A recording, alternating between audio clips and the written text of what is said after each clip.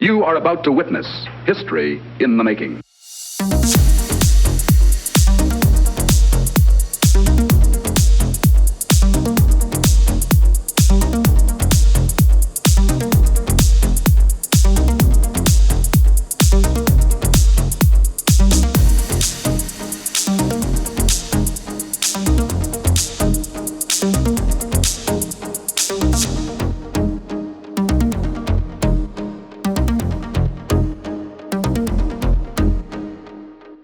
Good afternoon, good evening, and welcome to another Pop Culture Gamers podcast.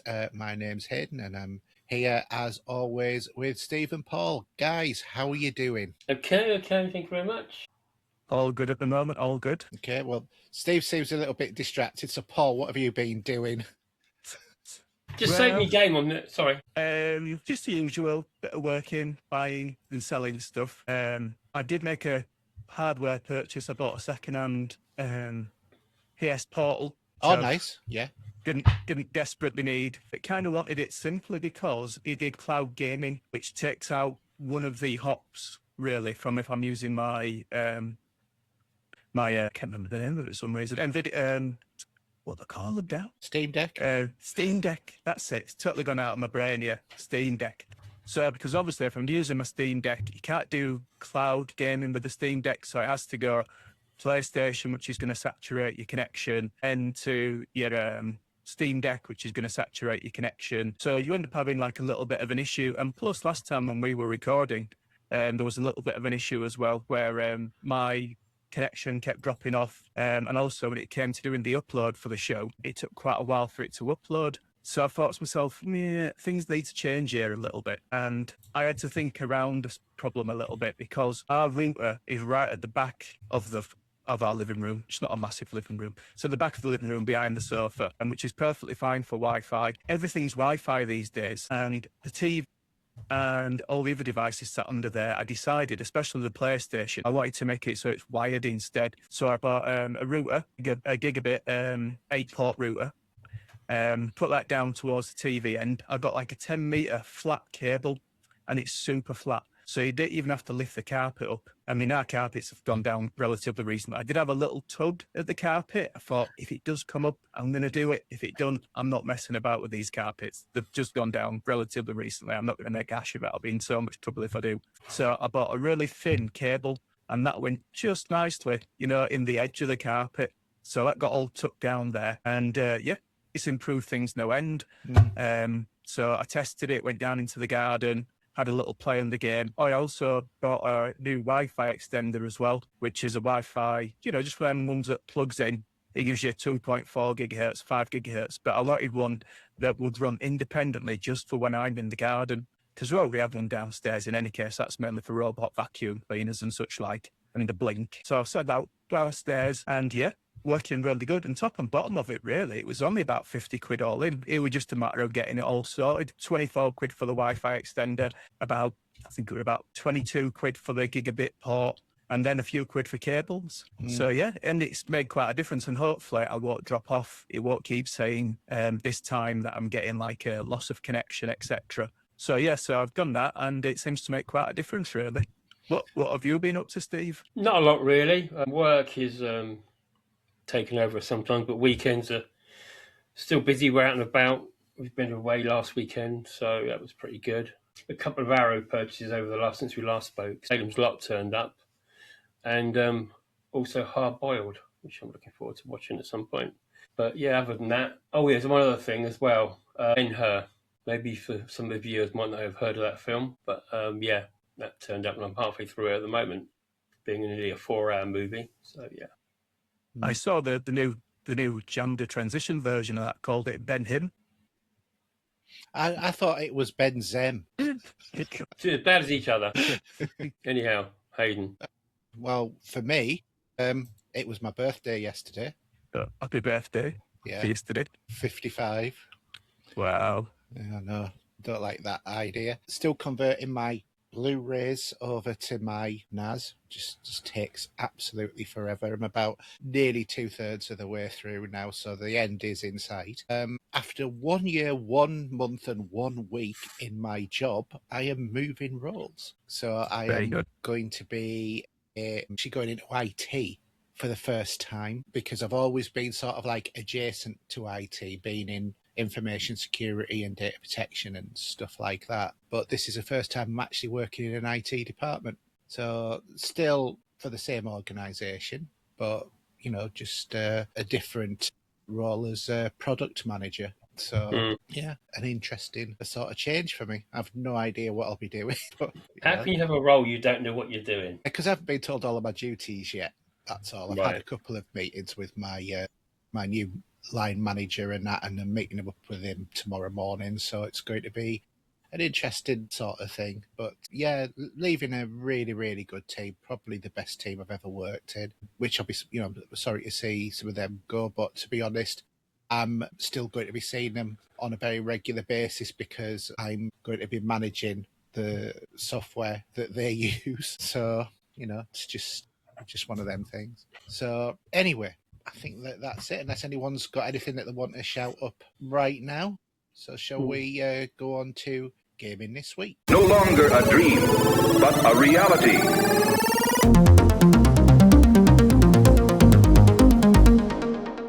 Okay, so gaming this week, and we have a couple of bits of news. First off, the one that I'm looking forward to probably more than anybody else in this podcast is Xbox are finally updating the achievements. So Microsoft's rolling out improvements and updates to its pioneering achievements system for Xbox, and there are various different things that it's adding, such as updated icons and animations. There's going to be the ability for you to highlight your 100% completed games and also hide games from your lists as well. So anything you got crap you can leave behind and just say, this is how good I am. Yeah, basically. To be honest, I really don't care.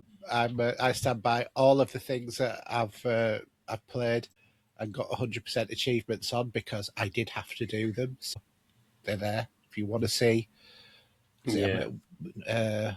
1.1 million gamer score now. Wow. Well, Do you know you what? get- More than that. Go on, Paul. I was going to say, do you know what? I know it's a different system, but I've never platinumed, which is the equivalent of getting 100% on Xbox. Never ever platinumed a game. It isn't because I wouldn't want to. It's that I've just never been able to. There's that many different achievements in some of them games, you know, to get the full list. So Yeah, I know what you mean. I'm not sure how many platinums I've actually got. Does it tell you? 173. wow, I have honestly in my entire list. It tells you on your PlayStation how many golds and bronzes and silvers. Platinum's just a big zero on there for me. Yeah, And that's years and years of gaming. yeah. Get My Name is Mayo. That's an easy one to plan. Yeah, well, they've taken out a lot of these games, haven't they, Sony, where there were some games where you could literally just go on and just press a button and it'd almost give you an instant platinum. And they've taken out a lot of them games. So Yeah, well, crazy. I mean, My Name's Mayo is not quite as easy as that. You have to press A button about 2,000 times, Oh, well.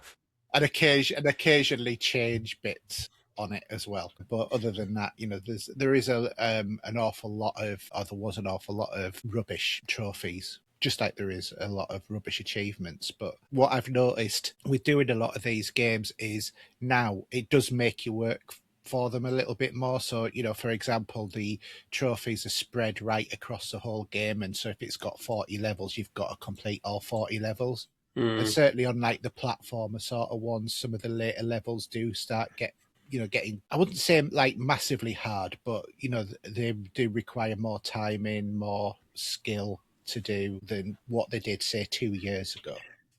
Like the Avatar game, which you just had to log in to get your gamer score, wasn't it? That was the quickest I've ever scored 1,000 gamer score was Avatar: The Last Airbender, and that was 42 seconds from a cold boot of the 360. Wow. I got 1,000 gamer score. I did not buy the game; it was my brother-in-law's. He bought it, so Yeah. finally get 1,000 gamer score. And I said, "Oh, can I borrow it from you?" So he brought it round, and I gave him it back 1 minute later. And he said, "Don't you want to do the achievements?" I said, "I've already done them." He said, "That took me off." So it was a really easy one, that one. And then the other one as well is PS6 gen may have 3 systems: PS6S, PS6, and PS6 handheld, with prices ranging from $350 to $1,000. So the full model will be obviously the 1,000. The handheld will be between 500 and 700, and the light console will be 350 to 550.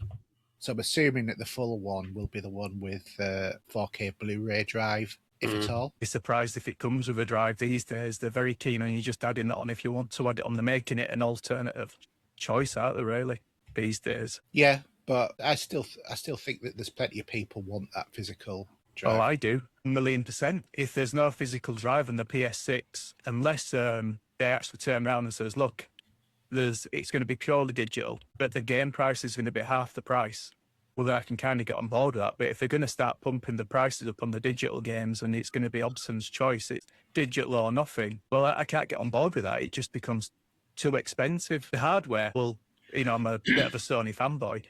I will jump on board.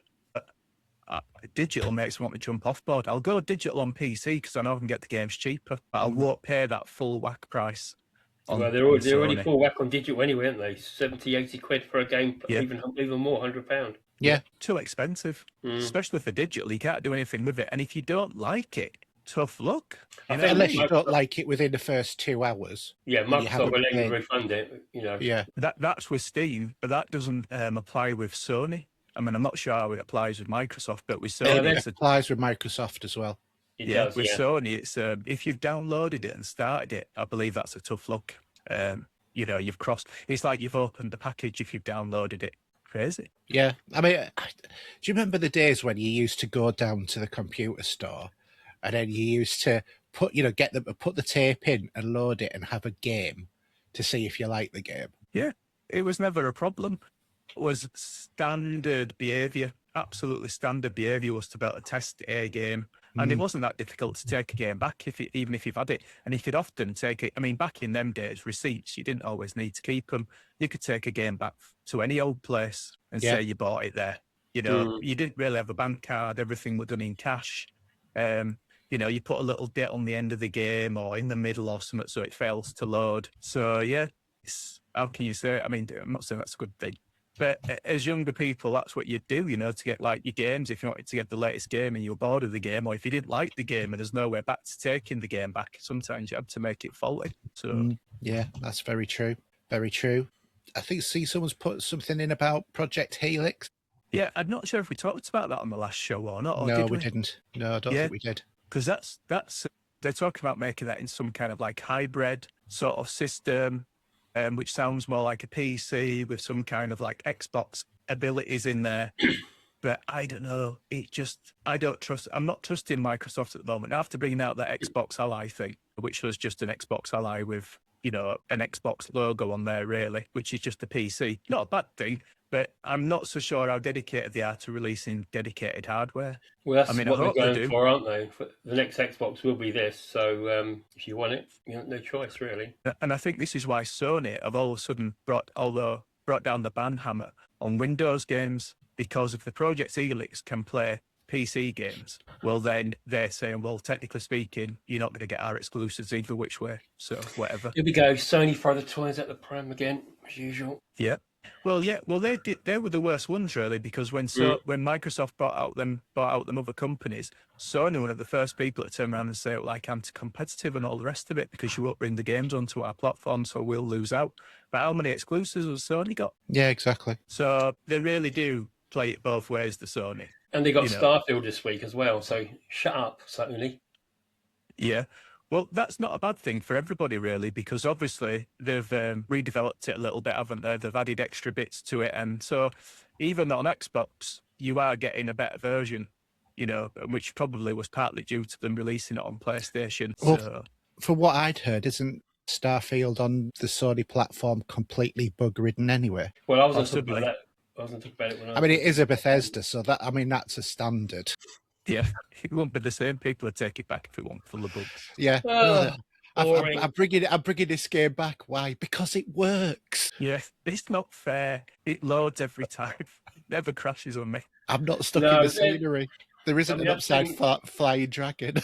Facebook have been saying that it's been crashing with it as well at the moment, but don't know. I don't know anyone that's actually played it on PlayStation, and Haydn won't, so I don't know who will. It's one I'm going to hold off for and get it It's second fine. hand for about 20 It's quid. running. It's running fine. The game for me on Xbox. It's sweet as. We're not on about Xbox, so we're on about Sony. No, I'm about the game itself though. But the game itself is running fine. All right, I'll talk about that when we talk about gaming. That's all I've been playing is Starfield. So, but yeah. Yeah. And then the other thing is, for those of you who like retro gaming, there was the announcement of the Evercade Nexus. So Evercade obviously is the company that does the VR and VS the VS and EXP models, one of which plugs into your TV, one of which is a handheld, and it uses cartridges, and it's loaded up with several different games from different different themes or different developers or whatever. So the new model is a more powerful Nexus handheld. It's got a 5.89 inch IPS display, and it's also got twin thumbsticks as well on each side, and it will be coming with Banjo-Kazooie double pack, which will feature Banjo-Kazooie and Banjo-Tooie on one physical cartridge. There's going to be two different color variations. There's going to be the all black Nexus version, and then there's going to be the Nexus 64 version, which is going to have some of the N64 sort of color scheme in relation to that as well. And if you want the Nexus 64 version, good luck with that, because there's 2,000 units and it's basically sold out more or less on day one. But it'll come with its own hard shell with that version. But that's a limited edition console, and they're only available from Funstock, funstock.co.uk or funstockusa.com. As a existing Evercade owner, I will be upgrading my systems to this, because I think that it'll, I'm looking forward to it, to be honest. I haven't gone for the pre-order yet, but I'm very tempted, I always say, because I've got something like about 30 of their cartridges. Yeah, I saw some pictures of that, and it looked premium, didn't it, in the photographs? It looked slick. Yeah, it and looked the part. Well, this is you see, this is the actual VS one, and you can put in two cartridges in there. And it comes with its own controllers. To be honest, the controllers are a bit naff, but they have released a new style controller as well. But obviously the Nexus is a handheld, a variation. So, but I think it's going to be able to play better like the PlayStation sort of games. VS and the XP will play some PlayStation games that have been converted onto the system, but I think that they're looking at trying to introduce a little bit more power, so they can kind of do more advanced retro sort of games, because things are advancing. They've done some of the easy ones, and now it's time to get on with the more difficult ones. Yeah, basically. Okay, so who wants to do the new releases? I'll leave that to Paul, I think. Well, there's quite a lot on there. I'd say a lot of it's fodder. Let's have a look. Let's see what we can point. But not cannon fodder. Not cannon fodder. What I did, I used to love that game. Yeah, quality game. You can also get it on the Evercade. What I did, I highlighted the games that kind of like, I'm not a snob or anything. I'm not just like AAA games. Some of these are AA games as well that's in there. But I'd say there's only probably like 5 or 6 out of a list of. I mean, there's probably a few more on there. I'll go Diablo, through the ones. Diablo, you haven't mentioned either, actually, which I'm a bit. Yeah, appalled at that's that one. on. I think I did it. I think I highlighted it. Or did I not highlight it? Oh, I did. No. Yeah, I did it in bold. Oh, okay. So probably quite a lot of them are not really worth mentioning, but one of the big ones that's coming out is one called Pragmata, which you might have seen a little bit about. It's a Capcom game, and it's some like girl that's like on the back of this robot, and she's controlling the robot. I'm assuming that. I haven't actually read that much about the game, but it looks to be quite an interesting game. But it's also quite relatively cheap as well. I've seen it on Amazon for about $41.99, which is brand new pre-release price. Normally, they try to pump you for like $59.99 or $64.99. So I'm not sure if that's a good or a bad sign, or Capcom are saying, well, no one's ever really heard of this particular game before, or it's not even part of any of the series, let's release it at a reasonable price. That's coming out on April the 17th. That's PlayStation 5, Xbox, XS, and PC as well. And then there's a VR game on there, which is Little Nightmares VR, Altered Echoes, which could be quite good, because I imagine that would play really well into VR. I mean, I played Resident Evil 7 on the PlayStation 1 VR, or PlayStation 4 VR, or PS VR 1, whatever you want to call it. And that was actually really quite good. It was actually quite shocking in places, very gory, and worked really well. So, yeah, could be a good game. Horror themes seem to work quite well when it comes to VR. And then you've kind of go down a little bit further. And then on the April the 28th is Diablo 4, Lord of the Hatred. That's coming out across all the platforms. So that's obviously going to be a big one. Are you going to be getting that, Steve? Possibly, I think. I've been playing Diablo a little while ago. So, I'm more likely will do at some point. There's a couple of games I want to get, but I'm waiting for the price to go down on a couple of them. Yeah, that's the way to do it, isn't it, these days? I mean, we've all got a massive back catalogue of games that we've probably not played, and too much meat on some of them games left to play, too much meat on the bone. So, Diablo really works still well. I mean, I don't know if you do play it or not. I haven't played it for a while, but I've been wanting to get back into it. I've been thinking about, to be honest, buying it on Steam just to be able to play it on my Steam Deck. Because we've played it before. We've doubled up before, haven't we? When you was on your PlayStation. What have you got it on at the moment, Haydn? I do have it on PC, but I can't be bothered with trying to, get it to work through the Blizzard launcher on the Steam Deck. I'd just rather save the hassle and just buy it so that it automatically launches. I really do wish there'd be like a plugin that you could just say, pay an extra $5 and it'll work on that. Yeah, or even to transfer your account across or something like that. But I totally get where you're coming from.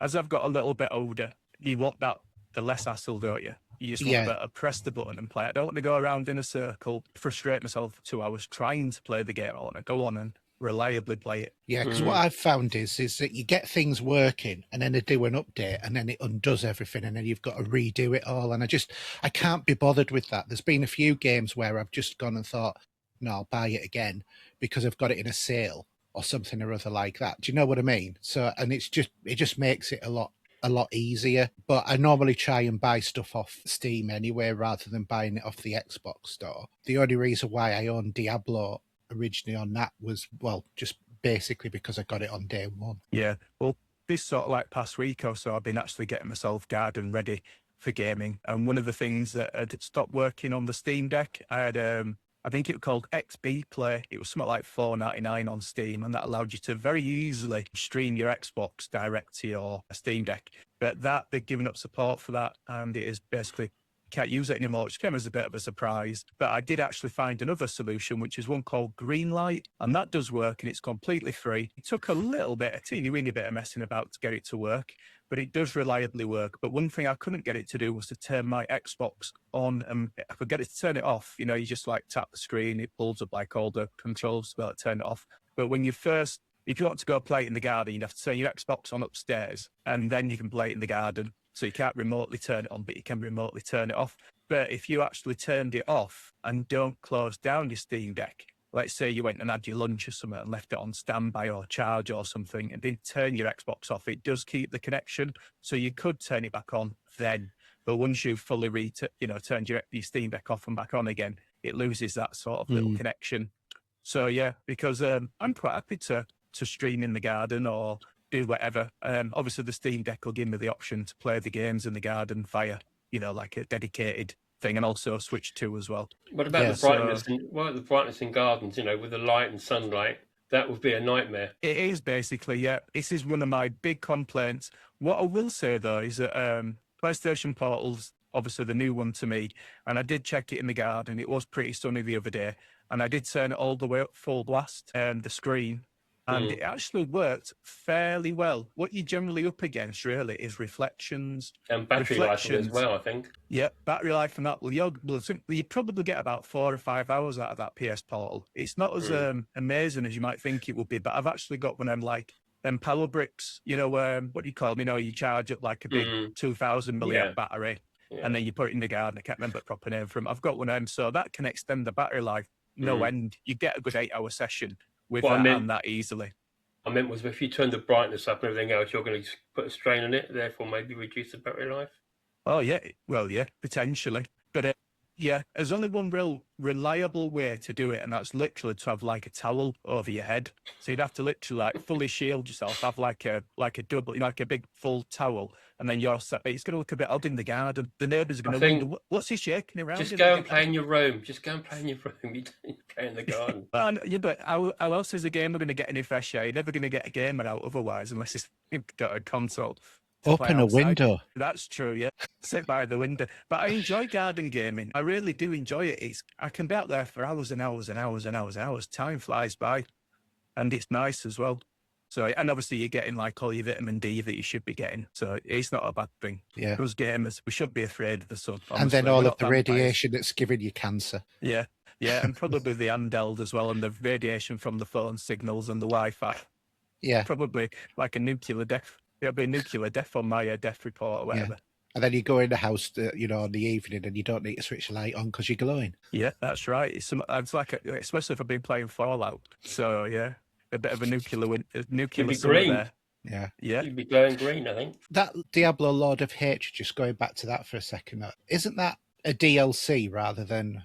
Yeah. I thought it was. It's a pricey DLC, though. Yeah, I mean, I've got it on PlayStation because it came as part of one of the services. Can't remember if it came as part of one of your monthly so-called freebie games, which obviously you're paying for, or part of like the yearly service, which they do set them off as well. So the other games on the list, I'm not a big fan of He-Man, but some people might be a fan of He-Man. There's a He-Man and Masters of the Universe, Dragon, Tale of Destruction coming out on all formats. I think it's by the guys that might have done the Turtles game that came out fairly recently. The Teenage Mutant Ninja Turtles. Could be wrong. I'm totally guessing at that one, but the graphics that I looked at, it did look very similar.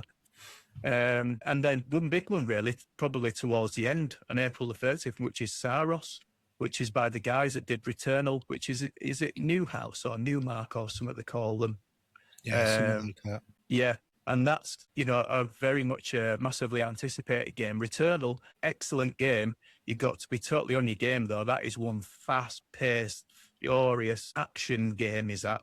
I'm hoping Saros is maybe toned down a little bit. So, because once you've stopped playing Returnal, getting back into Returnal can be quite difficult. But other than that, there's not really a lot else. And obviously, that's down to really getting into the lighter nights, warmer weather, and people spend less money, don't they, on these sorts of things? So less releases coming out, or less quality releases. Yeah, I mean, so go on, Steve. No, go on, you first. I was just going to say, I think that normally what you find is companies tend to release the games in February and March because then they get it in within the financial year. So you tend to get sort of like not as good stuff in April, May, June sort of time frame. Yeah, true. Yeah, that's also very important for the release schedule for sure. Because technically speaking, well, they are all the business out there, want to get the financials right, that is for sure. Totally. Sorry, Steve, you were going to say? I'm just going to say that Coffee, when you send back June, that's when we get the new updates and what's coming out, obviously, for the tail end of the year as well. So games like Fable and stuff like that will be coming out, I suppose, September or whatever. So it'll be winter again to play games like that for hours and hours, really. Yeah. I think we're all looking forward to Fable. New Halo as well. Not so bothered about that, to be honest. Yeah, that's a remake, I think, but Fable will be the one. And Forza, that's coming next month, I think, isn't it? May, I think. Is that a Horizons one, or is it another Forza Motorsport? No, it's Horizon, because Japan this time. Yeah, because they were doing it so that they were hopscotching each other, weren't they? And then they've... years, yeah. Yeah, they've changed it now. Yeah.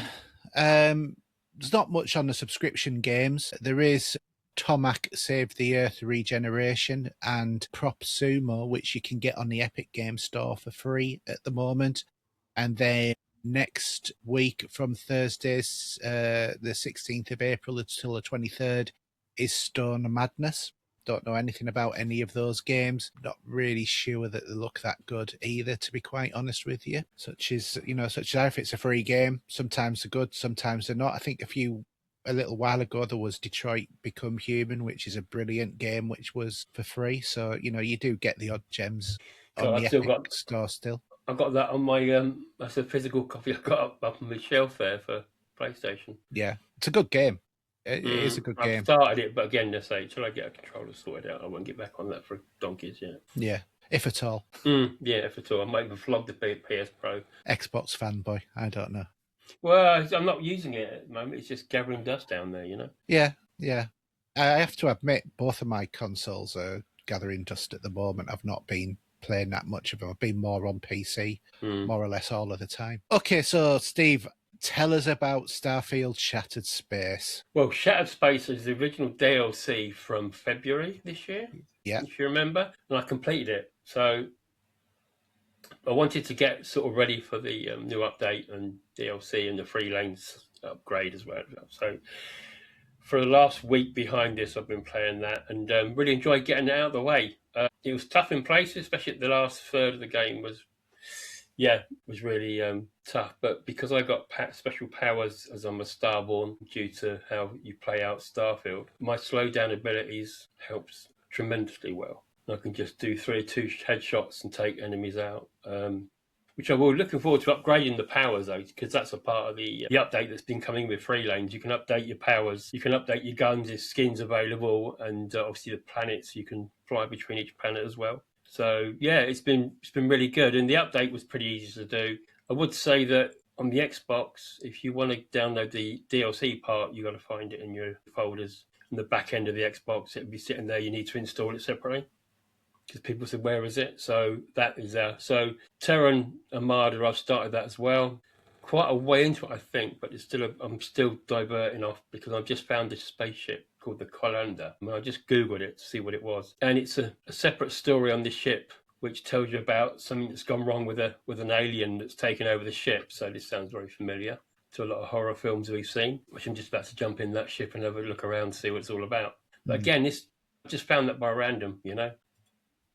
As much as some people do poo-poo the game itself, I think it's just great sandbox to play in. It's that big, you know, you can fall against something completely different to someone else, maybe not find it for a while, you know. But yeah, I like all the upgrades that I've seen so far. Ship upgrades, you can upgrade your weapons, it will all help, and also your Starborn abilities, which I've got a fair few of those after jumping into Unity a few times.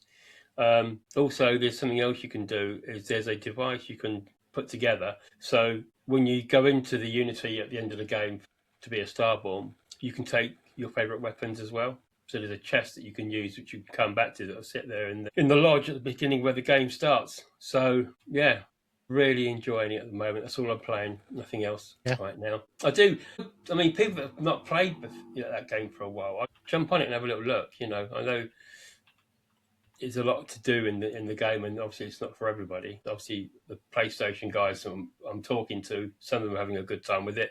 A few crashes as well. But yeah, you know, it's really good for all parties, really. Yeah. Paul? I haven't played it recently at Starfield, but I definitely do fancy it for PlayStation. I played about 7 hours or so of that game, and I did actually enjoy it. Nothing wrong with it in the slightest.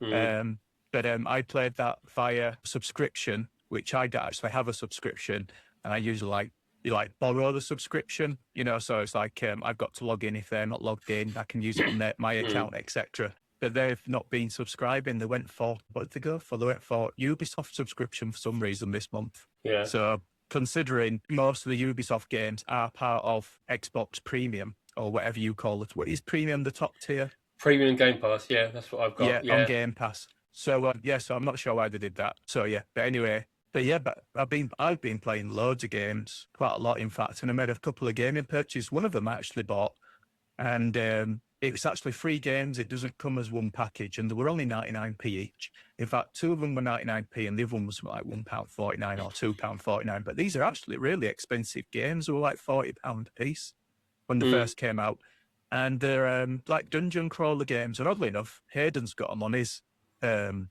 Steam collection, so I presume he's got them as part of a bundle at some point or other. And it's called Ethereum Odyssey, and they're basically like Japanesey sort of dungeon crawlers, the sort where, you know, you move forward and the screen moves forward. It's not 3D. It is 3D, but it's not fluid 3D. It's like, you know, 1 step, 2 step, 3 step forward, get attacked randomly by loads of things in a dungeon, got to go around, map out all the areas and such like. And I will say they are quite good.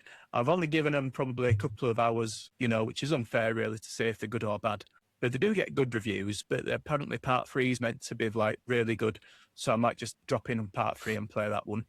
I finished Darksiders 3, which I was playing last time. Excellent game. Massively enjoyed it. Great story. Playing it on easy mode. Yeah. I mean, I don't know how many hours. It will say on my PlayStation account how many hours I played it, but it must have been over 20 hours. And I bought that at Christmas in like the Christmas sale. I think it was only about £3.99. So that led me to start replaying Darksiders 2, the definitive edition on Xbox, which I've actually got the original disc. I bought the original disc for about £6 ages ago when they did the free upgrade. To the Xbox One version. If you have the disc, they very generously give you the Xbox Series X version, which is really good. These particular games, they're about to re-release Darksiders, the Warmaster edition, so that will work on Xbox Series X. I mean, the actual version that's out now does work on there, but you get faster loading times, get 4K, so it's better graphics, they've upped it a little bit.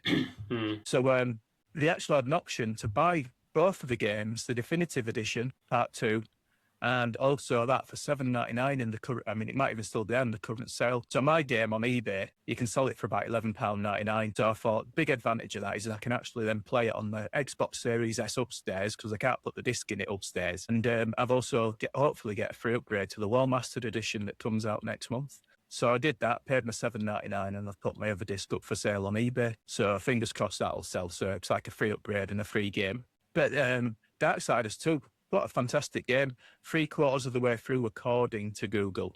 I'm just at a place called Lightport or something. Let's have a look. Lost Light, they call it. So yeah, I've just been through like City of the Dead. Really good.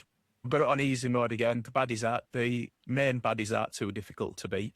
So that's good. And when we finished in Resident Evil Requiem last month, I had them on my console, Resident Evil 5 and Resident Evil 6. And the games that have kind of like, I've played them for a little bit, and I bought them like super cheap at some point or other, never really bothered to play them.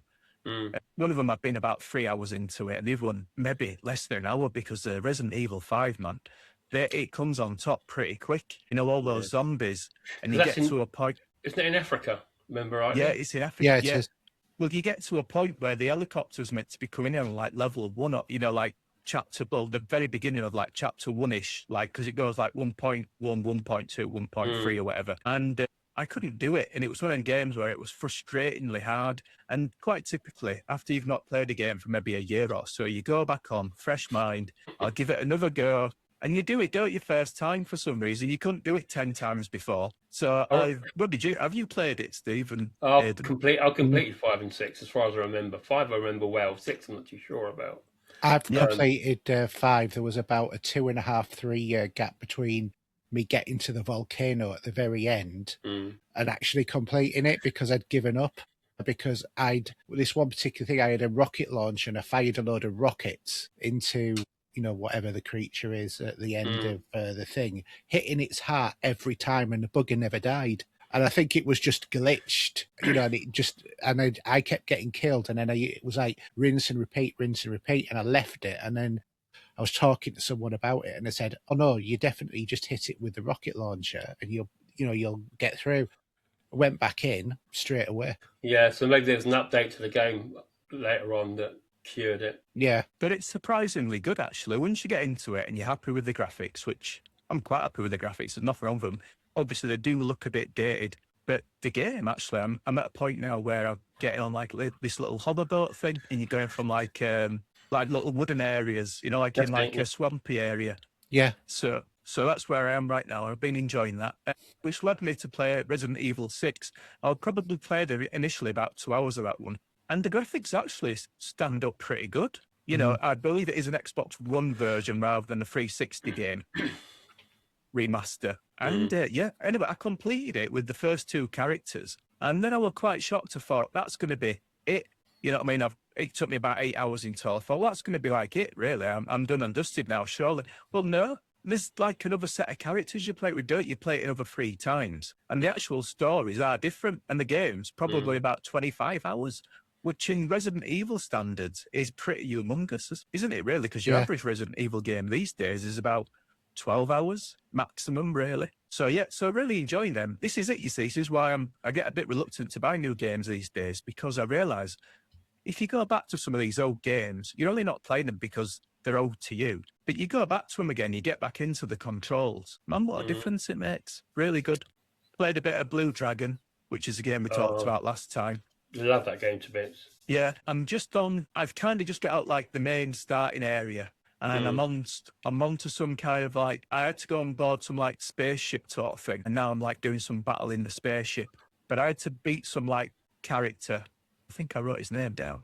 I couldn't beat him. It was really difficult. Flamboyant Dynaram or something. Yeah. And he's stopping you from rescuing somebody near the beginning, and you got to beat him. I couldn't beat him initially. So you're sort of still in the village at the start of the game, sort of thing. Yeah, I've gone beyond that, and then onto the next part, and then you get on board like this ship, and then you have to like take over the ship, and then So yeah, I've got a few more hours into it. Good game. Obviously, it's showing its age a little bit these days. And the problem is with an older sort of RPG type games, JRPG type games, or whatever you want to call them, they're very unforgiving. You know, if you die, you die. That's it. It's game over, generally speaking. You got to go back to your last save. I'm not sure if that had an upgrade with the Xbox. Maybe a possibility, that game. I think it did. Yeah, it does. Well, no, it looks good. They've upscaled it and everything. And it looks good. It's one of them games that's had a frame rate boost. It's like a cartoon look, isn't it? And I think my kids, as I said before many times, they would sit and watch me play this. Like they're watching a TV show. Yeah, it is. It's good. I mean, especially the age of it. I think it was 2007 or something, which when you do the maths, that's quite an old game now. And mine is, I've got the hard copy of that still as well. Yeah, I've got mine. Yeah, I didn't actually realise I'd bought it, but I'd also bought it in some like Icelandic sale or something for like £1.49. But I'm not sure if I bought it previously or after, so I want to put it up for sale because it goes for about £11. It is a huge game, but you got 4 discs in there, I think. Yeah, I think there's 3 in this one. Is it 3? Is it 3 or 4 discs a game? Have a look. I think there's 3. Yeah, so it's a big game. It's massive. Huge. The good thing is when you play it on an Xbox, you only need to put in disc 1 and then it downloads the game to your system. So, I mean, this is where Microsoft and the Xbox has a massive benefit. They'll often frame rate boost games, whereas on PlayStation, some of the frame rate boost some of these games, they want you to pay for them. And also your Xbox One games, you know, they're compatible. I mean, and your 360 games, quite a lot of them. So... But yeah, I played a few other games as well. A bit of Persona 5 Royale, which I'm going to play out in the garden. Again, that's another game. I finished that twice. Well, I'll tell you the problem. I tell you that Persona 5 Royale, that's been a bugbear for me.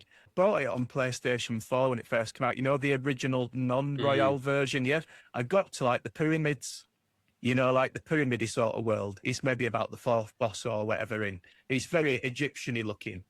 And anyway, the old version came out.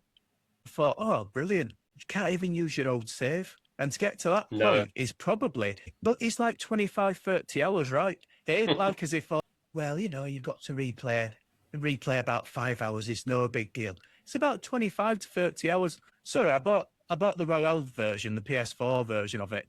Then they brought out the PS5 version, right? And you couldn't even use the PS4 Royale save on the PS5 Royale. And there's very little difference in it, other than a few extra costumes, you know, that come free as part of it. To add another little bugbear, right? Now, that's one of the games, although I've got the disc, is actually on PlayStation Premium. Okay, now, your average PlayStation Premium game, if it's got a PS4 version and a PS5 version, what does it do, Haydn? It comes up, right, and it says, which version would you like to play? It does, PS4 or PS5? Well, guess what? Try it. Persona 5 Royale, yeah? Doesn't give you that option. So I now have to stream the game rather than actually play the game via, you know, via the cloud or whatever.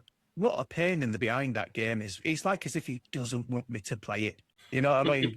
I've spent hours on that. So, yeah, I don't know. What a fantastic game. I've actually got the Persona 3 Reloaded or whatever, whichever one they released last, you know, an updated version. I've got that, and I keep thinking, well, I'm just going to put Persona 5 to one side and just leave it. I'll play Persona 3 instead, or whichever one came out last week. So, but no, so I don't know. Yeah, 5 is really good, yeah. 5 is excellent. It draws you back in every time. The sound is good. The game is good. The music, The story is good. The music and the songs just keeps you going, doesn't it? Mm. It just keeps you going, and you can even listen to them sort of songs in the car. They are. I got the vinyl box set for that. Yeah, it is amazing, isn't it? The soundtrack. Yeah. There's no disputing the effort they've put into that game, but they have made it unnecessarily difficult for cross save. It's not like as if I'm going from Xbox to PC to PlayStation 5. This is PlayStation. Real pain in the behind that particular game. I've also got the other one, which I haven't even. I've actually played. They got like a 4-hour demo of it. I haven't actually opened my version of it. They did like a medieval-y game. I can't remember the name of it. like in the Persona sort of style. I played a bit of Lords of the Fallen on PS5. That's really good. Good Dark Souls type game. And I had a look at Cyberpunk as well because they've done a PSSR update to that. And I tell you what, it does look slick. It does look good. What I actually did, I've never done this before. I was just mainly messing about because I've actually still got the DLC to play, but I haven't actually even put the DLC code onto my PlayStation yet. The box is still wrapped, but you get Cyberpunk as part of PlayStation Premium. So I could still load up the game and still roam around in the world. And what I did, I jumped on top of like a car. And if you jump on top of the car, you would think someone else is driving the car, one of the other computer-generated characters. And you would think that you'd fall off. Well, no, they don't fall off. And the good thing is you can cause some real mayhem. Because if you're on top of the car and you start shooting people, the cops start attacking the car as opposed to you. So you can hop off the car and the cops will attack the car. So you kind of get to see all the explosions and the glory, etc. Looks really good. Does look really good. I think I just prefer the bike, to be fair. The motorbike I used to use on it. Yeah. I mean, that's given pretty early in the game. That's one of them games, isn't it, where they've stuck with it. The same with Witcher 3. They keep enhancing it, making it better. It's like it really is a long-term project. The DLC, though, is really good. And I say, I've got the 4 or 5 endings on that by a certain game save to deal with it. But it's a fabulous bit of DLC. Yeah, they don't let you down, do they, really? So, yeah. And obviously the big one that I bought Crimson Desert, or as some people call it, Crimson Dessert. I was about to say that. That's what I think I'd call it. Yeah, Crimson Dessert. I can understand that because for a gamer, it is a bit of a cherry on the top. You know what I mean?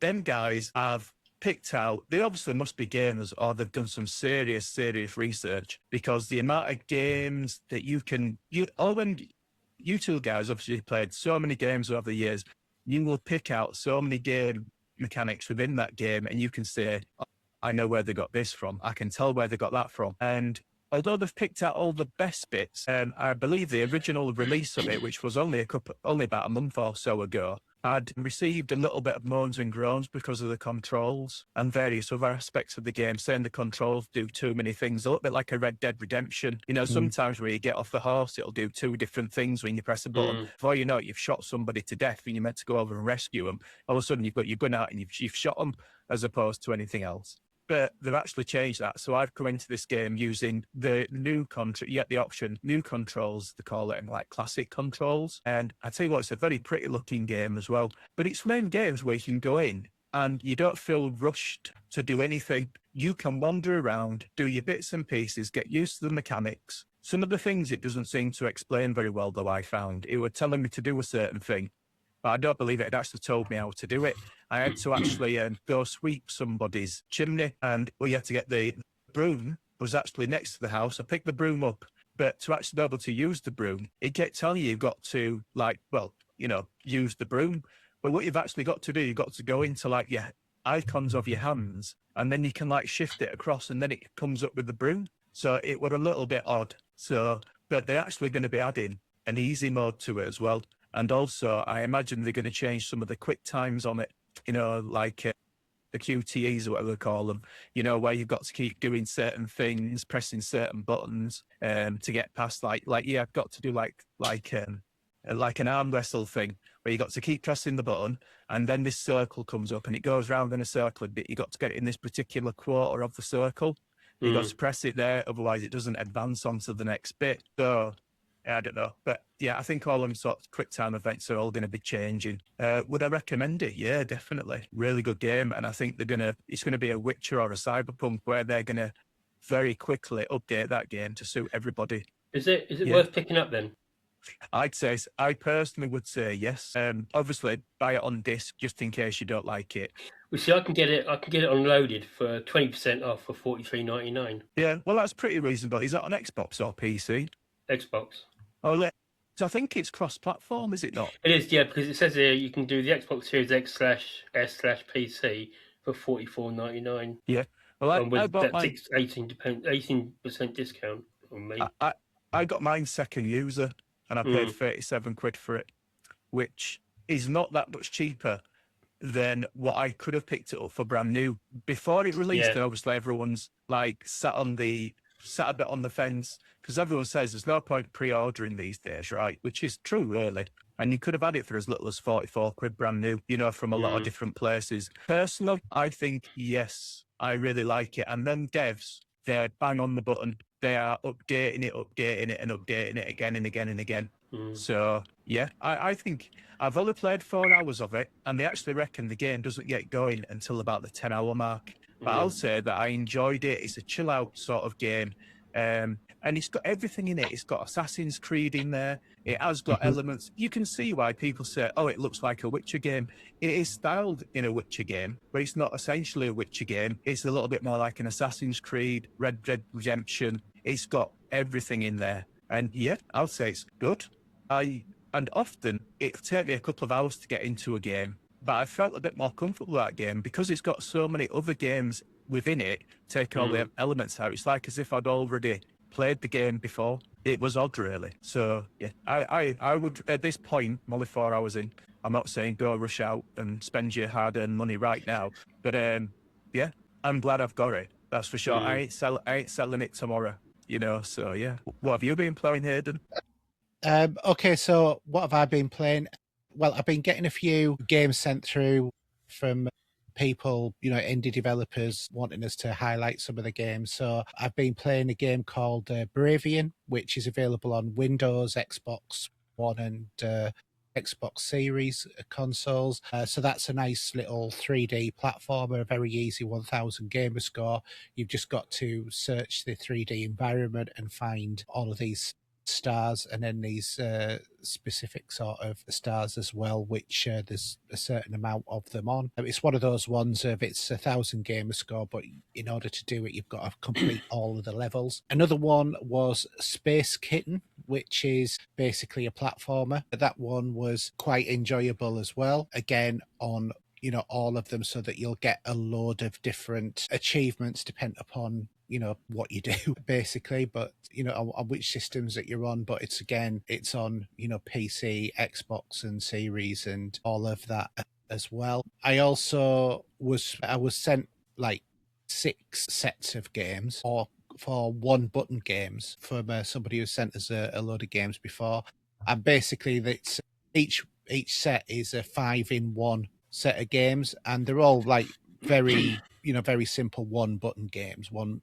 click, but the skill to do them ramps up quite quickly, so they're not an easy gamer score completion. So for example, there's one where you have to hold the button down to fire, and there's like aliens coming at you one direction, but you keep if you don't fire, you go down these different layers and you keep going round and round and round, and you've got to shoot them and then go to the next shoot and keep it going. And every time that you do that, then it drops like a coin or a fuel or whatever it is, and then if you don't pick that up, it speeds up the aliens coming in the opposite direction, and you only really last a couple of minutes at the most on each one of these. But some of those were quite hard to actually do, so they weren't too bad at all.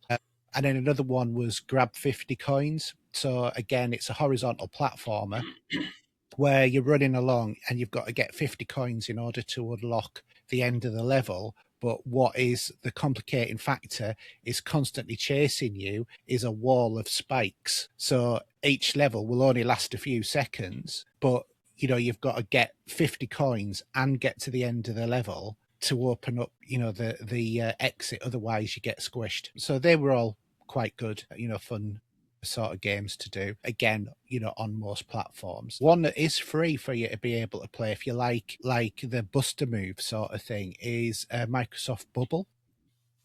Remember that? Which is a free game for you to be able to download from the Microsoft Store on your PC. And I've been playing that quite a bit as well because that's quite fun to play. It's just one of those ones when I'm a bit bored, I can't be bothered really playing a game with a controller. I just want to watch a video and not really think about what I'm doing. I'll pick it up.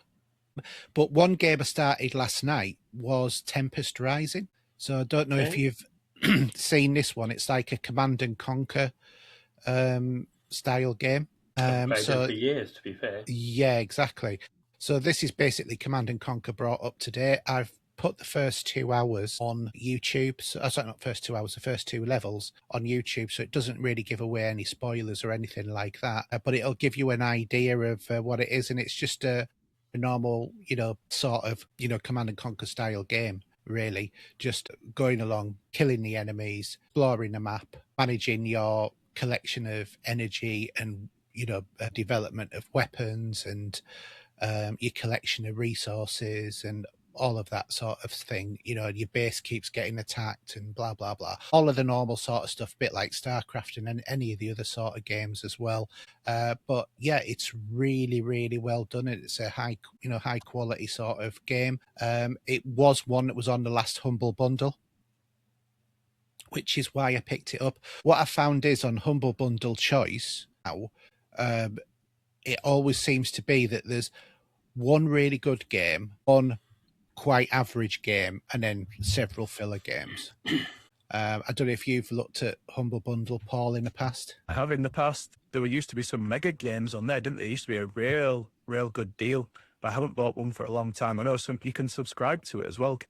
Yeah, I am subscribed, and that's the choice sort of aspect of it. You also get supposedly a catalogue of games that you can download for free and play while you're subscribed. I've never really bothered with that, to be honest, because, I have that many games to play as it is. I don't need even more. But yeah, and also if you subscribe to Humble Bundle, the longer that you're subscribed, you get more and more percentages off the normal Humble games. That's a fair way to do it, to keep the cost down a little bit. Yeah, definitely. So that's really been my gaming. But if you like, your strategy style games, then certainly check out Tempest Rising. Yeah. Okay. So anyone got anything else I want to talk about gaming wise, or I can think of? Actually, I've got a question for you, Steve. Are you still playing Destiny? Mm-hmm. In between everything else and Starfield at the minute. Yeah, because you've just not talked about it for a while. Well, there's not a lot to really say about it at the minute. It's going through a bit of a bare patch with the latest story DLC, whatever you want to call it, to come out. Ain't to be till June. So yeah, I just get on with it every day. Now and then I put it on, pick up some weapons, do a bits and bobs, and it's the go-to shooter as such. But yeah, I'm just hooked in Starfield at the minute. So I'll be going back on that. Have you not been tempted by Marathon? No, I don't think it's going to do. I don't think it's going to stay well. It's not my cup of tea. I mean, from what I hear, the numbers are dropping off rapidly on Marathon. Mm. If it becomes free to try it and they want to get the numbers up, I'll have a look. But to be honest, I don't think it's going to be my cup of tea, to be fair. No, I don't think that Bungie did the right thing by doing Marathon in that sort of service sort of model. I think that they should have just made it a game with a story and just left it at that. Unless, of course, they're wanting to get rid of Destiny. No, I mean, I think that maybe dropped up a little bit, but Guardian Games is 3 weeks old, coming up to this last week of that, and Warlocks are winning every week at the moment, so we'll probably win that, I think, which would be good. But yeah, I drop in and out most nights, so I'll pop on it. Zer's got a nice weapon this week, which he's never sold before, so I picked that up, given it a bit of a whirl, upgraded it and stuff, so yeah. Always play Destiny. Yeah, fair enough. Okay, shall we move on to movies, TV, and streaming? In quest of a better life.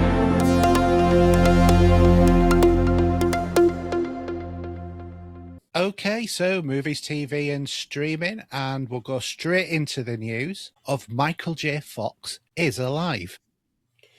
I haven't heard anything about this. All the social media I look at, it never come up in my Yeah, at all. it came up. Evidently, it was on the news. But Michael J. Fox is thankfully alive, despite the rumours spreading online about his death. Obviously, Fox is known for taking part, as Marty McFly, and he was an icon from the 80s as well. And he was on, obviously, things like Family Ties and that. But he was diagnosed with Parkinson's in 91 at the age of 29, when he became a leading voice for raising awareness about the funding and research. He's recently actually been seen on Shrinking on Apple TV, on a couple of cameos on there as a Parkinson's sufferer. Mm. So, but the Michael J. Fox Foundation has amassed $2 billion to support finding a cure. But the speculation began after CNN mistakenly aired a video segment titling "Remembering the Life of Michael J. Fox." So this is how it started, which obviously panicked a large number of people. But fortunately, the actor put fans at ease by confirming he had not passed away. Through a post, Fox also confirmed he was alive and even poked fun at the entire situation. But yeah, that was... I mean, we've seen this before. There was like one about Clint Eastwood dying, and until I see it on the BBC front page news, in the obituaries or wherever, something like that, I won't. It's all Facebook rubbish and all sorts, isn't it? Oh yeah, it is. You just kind of like, you get a little bit fed up of it, don't you? And I really don't know what do people get out of doing this fake news. It's just... You get a lot of it. They say, "Oh, so and so." You got on Facebook, especially, "Oh, so and so died this week.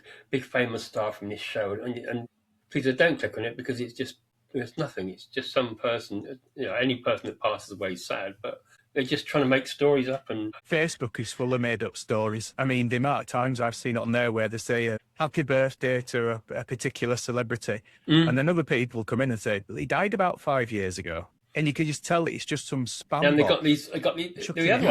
The other one was William Shatner going ill. Yeah, they were saying that he had cancer, and he said he's denied it. Yeah, and see, I'm thinking, if I'd have heard about that other avenues, do you know what I mean? And there's a picture of him, and it wasn't him; it was like a lookalike. I mean, really? Yeah. Over. There's so much rubbish on Facebook. I mean, and it's designed, whatever you click to like, it'll zone in exactly what you like, and it'll send loads of rubbish to you. Well, it's funny because But don't you think... changing... Sorry, no, go on, Steve. You started first. I was just saying that we just changed our holiday destination. We're going away for a few days in Spain, and we go with Melier. We go to their hotels, but we needed one. We needed one that was for my daughter's grandson, so child friendly. So we swapped which Melier we're going to. Her husband sorted it out because they got gold access to that from the amount of time they use it. And then all I'm seeing now is I'm seeing holidays like you wouldn't believe an advert through my Facebook. Yeah. And that's, I'm sure if you start looking into how to make a bomb, it's dreadful. Anything. Yeah. But don't you think that this is, with all of this war on woke culture and the left and the right and all of this, that and the other, don't you think that part of the reason why it's got to the way it has is because everybody is sat in their little echo chambers hearing the same shite over and over again, not hearing different points of view, and then have zero tolerance for anyone else or anyone else's point of view? I think that that's where we are now as a society, which I think is terrible. Well, we're so individual now. Whereas years and years ago, back in the 80s, we all watched the same stuff at the same time on the TV. Whereas these days, you can be off on any tangent you like. You know what I mean? The whole family, you don't even sit there. Well, I'm sure families do sit down and watch TV, but there could be 5 people in the house, all having 5 tablets, all sat in front of a TV screen, probably not watching it, on 5 different orbits of thoughts completely. There's no synchronization. No, and I think that that's the problem that we have nowadays, and I think that this is why society is the way that it is just because of this algorithm-led way of feeding information. And I think it turns people from being middle of the road to extreme quite easily. And I think unless a person has some sort of whereabouts to think about it and think, I'm being fed all of this, what's the other side of it? I don't think people I think that's what's causing it. But We you went want to through hear a li- you want to hear stuff firsthand, but you want to hear it the right way, not from some secondary dodgy page that's going to throw a load of adverts in there just to try and get their clicks.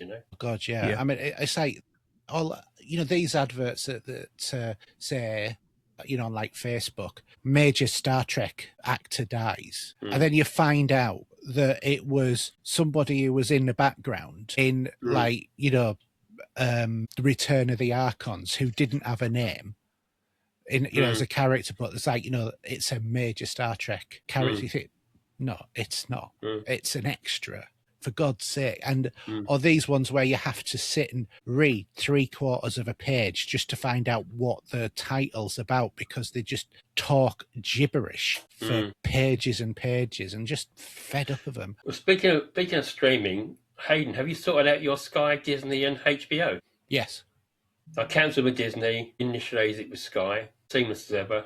They popped said if they charge you, we won't want to stop it. But I cancelled it anyway on that site. So now we've got HBO and Disney free with Sky, which is really handy. Yeah, but it's with adverts though, isn't it?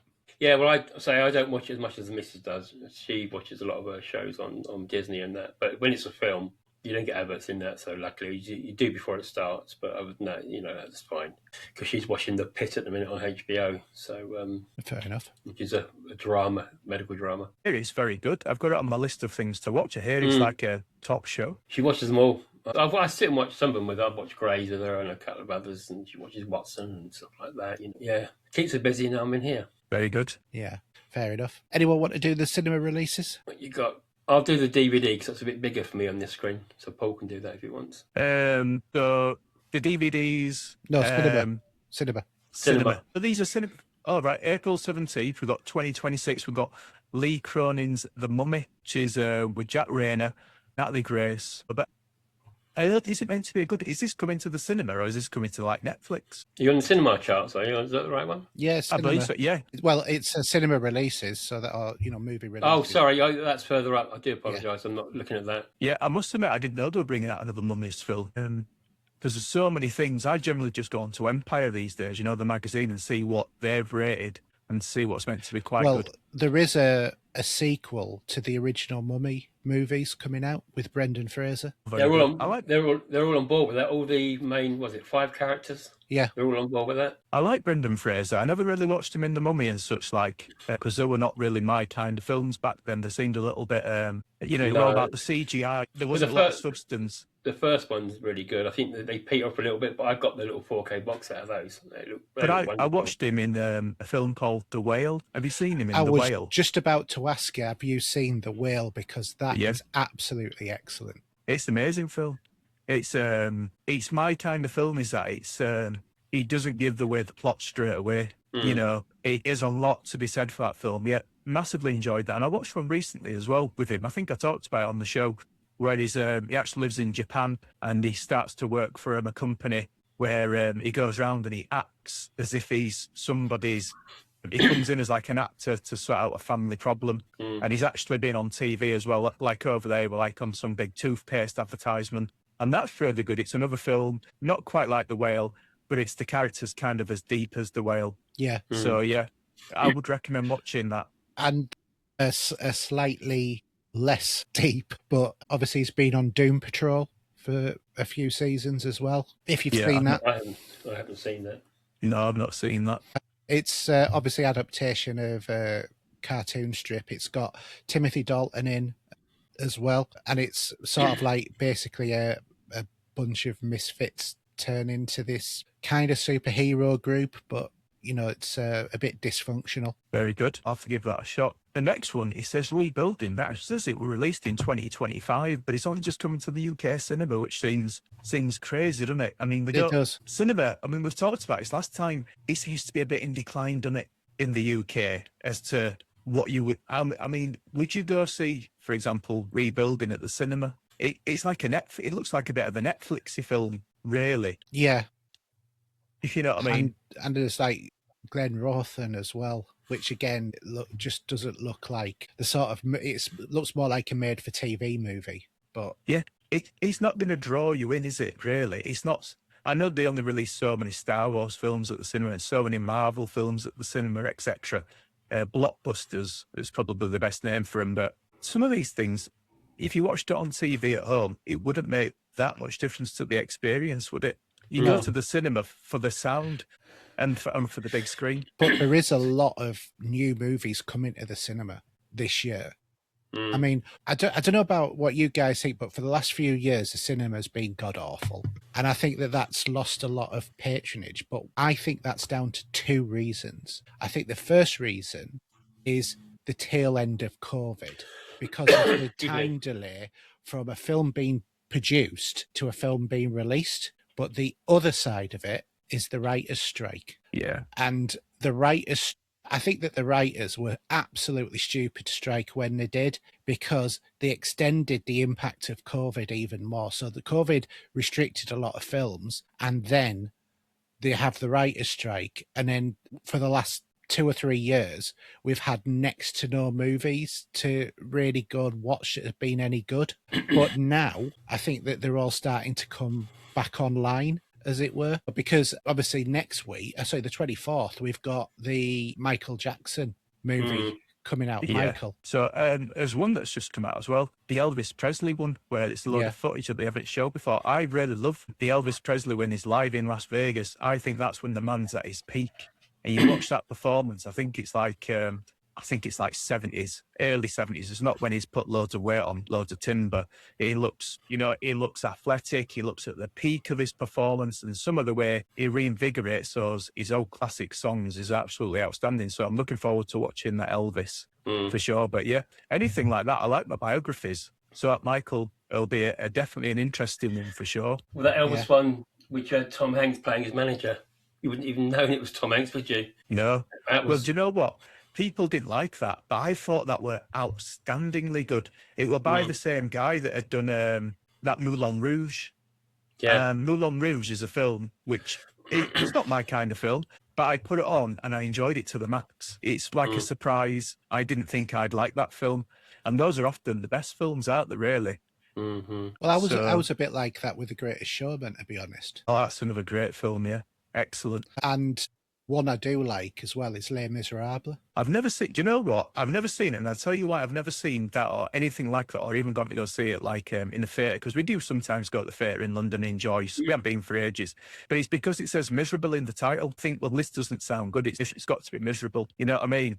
But it's meant to be really, really good. So yeah, I think that's one that we will probably end up going to go see. Yeah, well, and also it's Hugh Jackman as well. Yeah.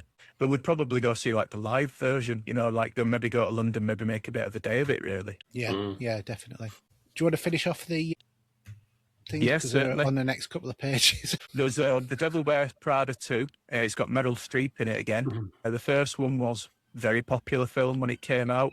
I believe it won quite a lot of awards and such like. So that could be good, I imagine. It's been a long time in the coming. I think, I remember the first one came out, Devil Wears Prada. Yeah, that'll have been some time ago now. 2006. It's literally 20 years ago.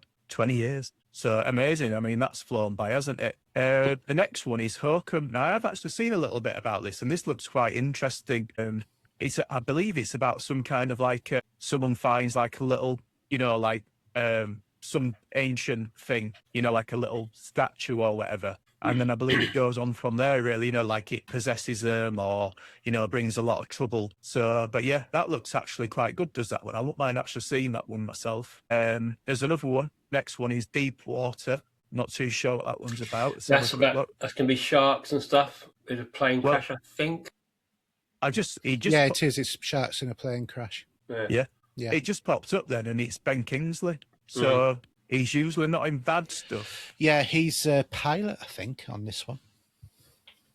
His bad film was called Thunderbirds, the live-action one they did, which was dreadful. Was definitely his bad film.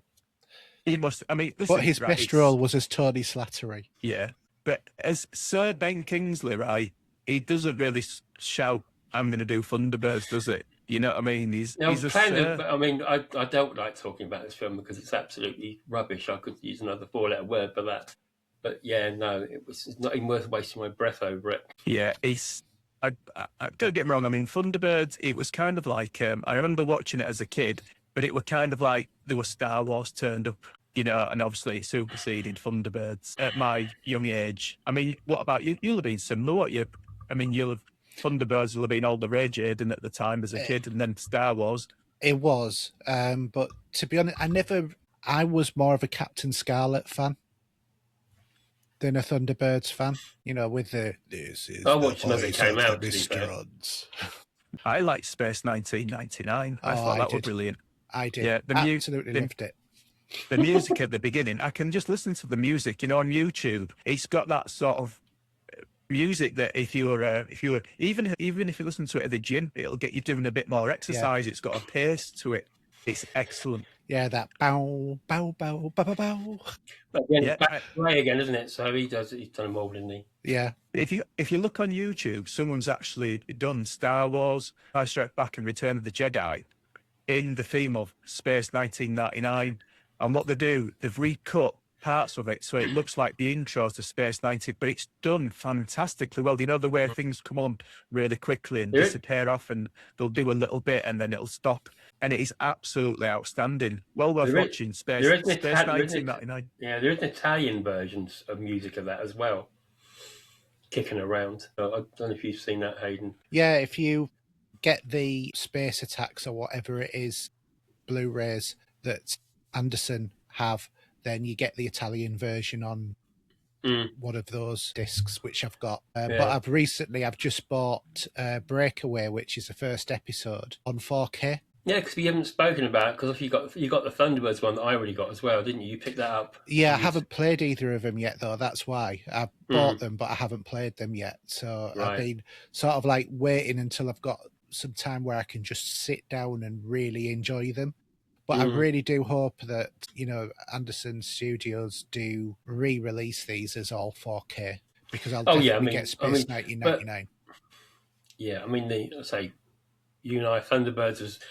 I watched Stingray when it came out before. Then it was Thunderbirds, Captain Scarlet, all go through. They generally came all out, and UFO and what have you.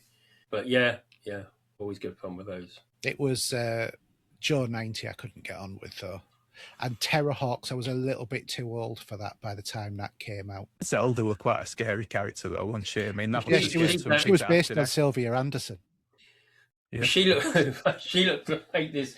I can't remember. It was a character in EastEnders. It's a spitting image of her. I get out. You know what I mean? Dot Cotton. No, it was one of the someone. I can't remember the relative's name now, but yeah, honestly, if I found that, you'd laugh. But go on. I was going to say, Zelda does look like Dot Cotton. I mean, if you dyed Zelda's hair black, that's Dot Cotton. But when we interviewed Jamie Anderson, he actually pointed out that is Sylvia, because that's what his dad did. Was because at that point they had a very bad relationship, and he made her into the bad guy on Terrorhawks. And you look at the model or the marionette, and it is her. But that's what he evidently did. There's another couple of movies which this one sounds really weird. That time I got reincarnated as slime. The movie Tears of Azura Sea. Don't think I would want to go there. Better that is an animation adventure fantasy, and then I've seen All I Need to See. None of them have got inspiring titles, have they? I mean, it's like you've left the cinema, and the thing you've said is that I'm going to see a third movie. I've seen All I Need to See. You know, I'm off home now. It's just not an inspiring title, is it? I mean, I'm going to look it up to see where it's about, and it's 2025 again as well. It's probably old news. In some places, it's probably even been on TV. It gets an 8.6 out of 10 on IMDb, but it says it's a thriller after the sudden death of her strange sister. An actor leaves Los Angeles and returns to her hometown in search of answers. I don't know, 8.6. I'm dismissing it based on its name, but it's an 8.6 on IMDb. So yeah. I don't know. Steve, do you want to do the Blu-ray and DVD releases? Yeah, I'm just having a look through, seeing what there is there. There's not a lot, to be fair. 28 years later, you got the you'll have the 4K Blu-ray release of that, and the DVD version. The Housemaid. Oh, sorry, it's one higher. Sorry, I'm gotten higher now. Yeah, there's the Housemaid with Sydney Sweeney for those of you those who like her. Yeah, and obviously a bit higher up, they got The Cure, which would be the band, which are really good. It's obviously a concert of theirs. What else we got? Ian's Romulus 4K Steelbook. Yeah. What else have we got there? Can you say anything? Anything shouts out to you guys? The other two that shout out for me is Mercy, the 4K Blu-ray and Blu-ray and DVD, That's the one with Chris Pratt that I talked about a few shows ago, where Yeah. it's the Mercy Court that's ruled by AI. That's really good, and that's what do you call it? Off Mission Impossible. Hmm. Is it what's her name? Gingerhead Ferguson. Oh yeah, she was in Dune as well. Rebecca Rebecca Ferguson. Yeah. Rebecca with the long legs. Yes. Who was also on the Greatest Showman, come to think of it as well.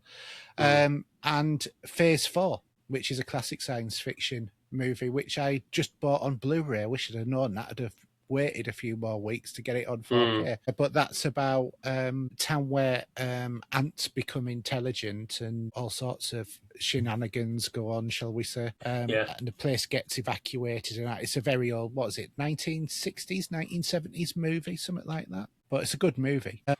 Okay, so cinema charts. We've got number 5, Freaky Friday. Number 4, The Bad Guys 2. Number 3, Weapons. Number 2, Jaws, 50th anniversary re-release. And number 1, The Roses. DVD charts. They are Suspiria at number 5, Casino at number 4, Housemaid at number 3, Salem's Lot at number 2, and Hard Boiled at number 1. There you go. Hard Boiled. And what will be in the chart next time we do it will be this. Money on it. Yeah. Ben non-binary. Honestly, I will talk about Ben Hur in a minute because I watched the first half of the film. You will not real. Honestly, you need a film to show off on your big screen. Get the 10 Commandments. No, this is wow, mate. But anyway, yeah. Yeah, going to carry on with the what 10 you've been Commandments, watching. one of the best Blu-rays to do it with. I don't think. No, I'm going to disagree there because this one is knocks your socks off.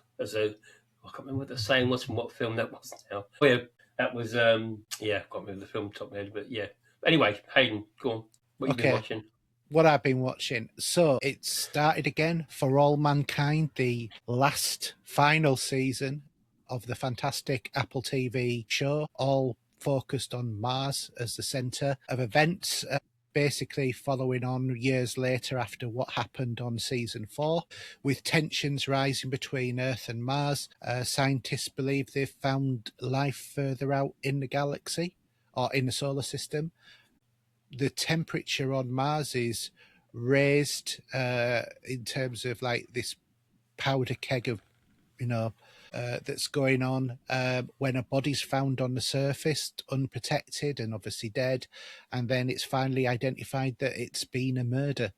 It's an excellent series with really super high production values, really good scripts, good character development, and well worth watching. It's one of the best science fiction shows that's out there. In a matter of fact, Apple TV, if you want to know how to do science fiction properly, do it properly. Foundation, brilliant. Silo, brilliant. For All Mankind, brilliant.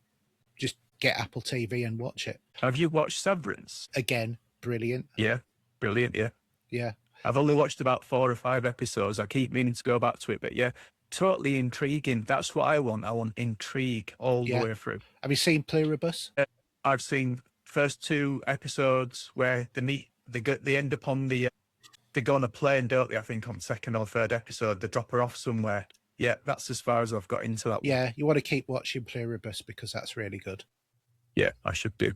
But it's going to be a year or 2 before we get the sequel to that, but it has been commissioned. But yeah, they've just have so many, even the Monarch series, which is, the kaiju with King Kong and Godzilla in it. And it's got Kurt Russell as one of the main stars in that as well. Again, like movie quality production values in a TV series. It's absolutely brilliant. Which one's that? Apple are premium. Like the products are premium, and also the shows are generally premium. But I don't think Apple TV is actually that expensive, is it? It's a bit cheaper than Netflix. I don't subscribe to it. Is it like about $8.99 or something? I don't know. I think I'm not even sure it's that much, to be honest. But I get it for free anyway. So yeah, and it's one of them sorts of things where you could buy it for 1 month every 4 months and catch up on all the shows. It's that kind of thing. You don't have to dive in there and subscribe for 12 months. But when you look, they've also got great shows like Ted Lasso. I mean, I hate football, but I love that show. That is absolutely hilarious, is Ted Lasso. You've got Shrinking with Harrison Ford in it, where he plays a psychiatrist. He's like not the main character, but he's one of the important characters in it. There's just so many different shows. Slow Horses with Gary Oldman. absolutely brilliant. Several seasons of that, another one on the way as well. I can go on. You know, they're just It's so... like being an Apple fanboy, isn't it, really? With the phone, the watch, the TV. I mean, you The live and iPad. breathe Apple, didn't you? Yeah. TV, God, I'll stick to the Android Mac personally. Mini, Can they do an Android TV show or the something? you know? MacBook. Yeah, but seriously, you know, it doesn't matter if whether or not you like Apple or not. If you like good shows, No, I they're have producing good too much shows. subscriptions as it is. Well, you're missing out. That's all I can say. I have enough to watch as it is anyway. And then the other thing that I went to see this week, in the last 7 days, was the Super Mario Galaxy movie. Why? Please tell me. Because my son wanted to go and see it more than anything else. I promised I'd take him. And, you know, because it's like I took him to see the last one and, you know, so I said, oh, let's go and see it together. So I said, okay, I was like, literally, I was falling asleep the whole time I was there. But the first Mario movie was good. It's got Chris Pratt as the voice of Mario. And obviously this one, Mario, Luigi and Princess Peach embark on an adventure to save Princess Peach's sister, Princess Rosalina, who's been kidnapped by Bowser Jr. to drain her power to create life so that he can fuel his universe-destroying cannon in the honor of his father, Bowser, not Browser. Again, the production of it, you can't fault it. It looks absolutely perfect. It was enjoyable. I don't think it was as good as the last movie, but it was okay. And there was the bonus of seeing Star Fox. So if you're a Nintendo fanboy, you'll know what who Star Fox is. And I could quite see them doing a movie of Star Fox. I think if you waited until the very, very end of the movie, there's like bits at the end of the movie as well after the credits, and they're setting it up for another one. And I'm so glad that we waited until the very end of the movie, because it was on this night when there was a lot of storms going over England, and we were going down the road, and a couple of minutes before, a tree had gone down over the whole road, and if we hadn't watched those, that might have come down on us. So I'm quite glad that I actually did do that. But yeah, absolutely, you know, fine to watch. It's not brilliant, but it's not as bad as people have said either. What cinema are you using? Are you using your little local one still? No, I'm using the Savoy at Catterick, which used to be the View Cinema, but it's been rebranded to Savoy now after being closed for several months. But it's 8 screens, something like that, and still about £6 or £7 to go into the cinema to see a movie. Have you got Sky Movies by any chance? Yeah, I do. Have you tried using your free tickets once a month? No, I haven't actually. Because I haven't been. I've been meaning to go to cinema, but I want to try and use the tickets, the free ones, to go find which cinema's nearest to us. Because then you know you're not paying a penny. Then you know they give it to you every month for free. Yeah, for free tickets. So I don't know. I think it's only particular certain cinemas maybe they use, but it might be worth a punt. Yeah, I'm not sure whether or not they're usable at our one, but I tend to book our cinemas because I always sit in the luxury seats at the back, which are recliners. You know, I don't do the... So you can nod off, you know. Yeah, I don't do the commoner seats.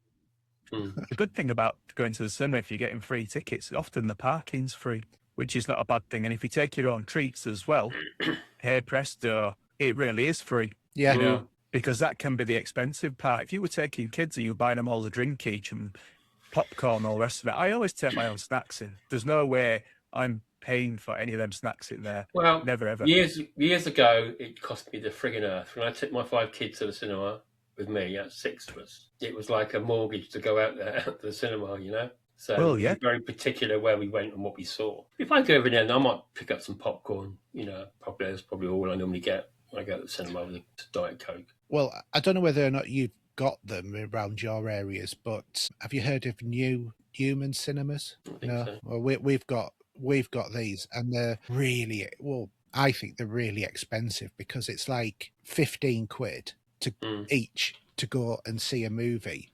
And you're sat in these chairs, and they've got cushions, you know, and it's like all you end up doing is just chucking a cushion somewhere else to, you know, where no one else is there. But then they do really weird stuff as well. So they'll come in, they'll dip the lights, they'll show you the adverts, and they'll raise the lights to full brightness, and they'll say, "Thank you for coming in and seeing our movie, and we'll show you the movie." Then they dip the lights again, and you're completely dazed with all of the lights. You miss the first 5 minutes of the goddamn movie. But also, they keep coming up to you and saying, "Would you like me to bring you a drink?" It's like, no, I would like you to piss off. It's right, though. You don't want to be disturbed when you're in the zone, right? Especially in a cinema. Yeah. You don't want to nudge your arm, knock your arm, or whatever, do you? Yeah. When I go to the cinema, I have very strict criteria. Phone goes off. I don't like people looking at the phones near me because it gives a big thing of light. I also hate it when people want to go in front of me. Because why is it that people who have the smallest bladders always choose the seats in the middle of the frigging rows? Why? I don't get it. If you've got a bad bladder, get one at the end of the row so you don't disturb everybody else. And don't drink like a goddamn fish before you go in or while you're there. And, it's like those sort of things really, really annoy me when you go to the cinema, which is why I prefer to go later at a night when probably more people don't go, if you see what I mean, because normally people go around about the 6-7 o'clock time, whereas I'd rather go to like the 8-9 o'clock showing when there's less people in. I mean, the recliners in the Odeon I normally use is $13.99 for a ticket. I mean, you could buy it, can't you? You could probably buy it cheaper on Blu-ray. So I only go to the big films I really want to see. Do you know what I mean? Because you got the recliner, you got one of the places I go in Southampton, you can have a glass of wine or a pint of beer in your holding.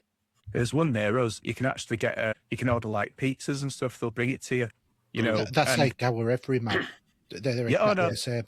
Yeah, it's the same thing. I think it is an Everyman. And basically, the sofa, it's more like the seating is more like sofas. And the screens are small. It's like I might as well be sat at home.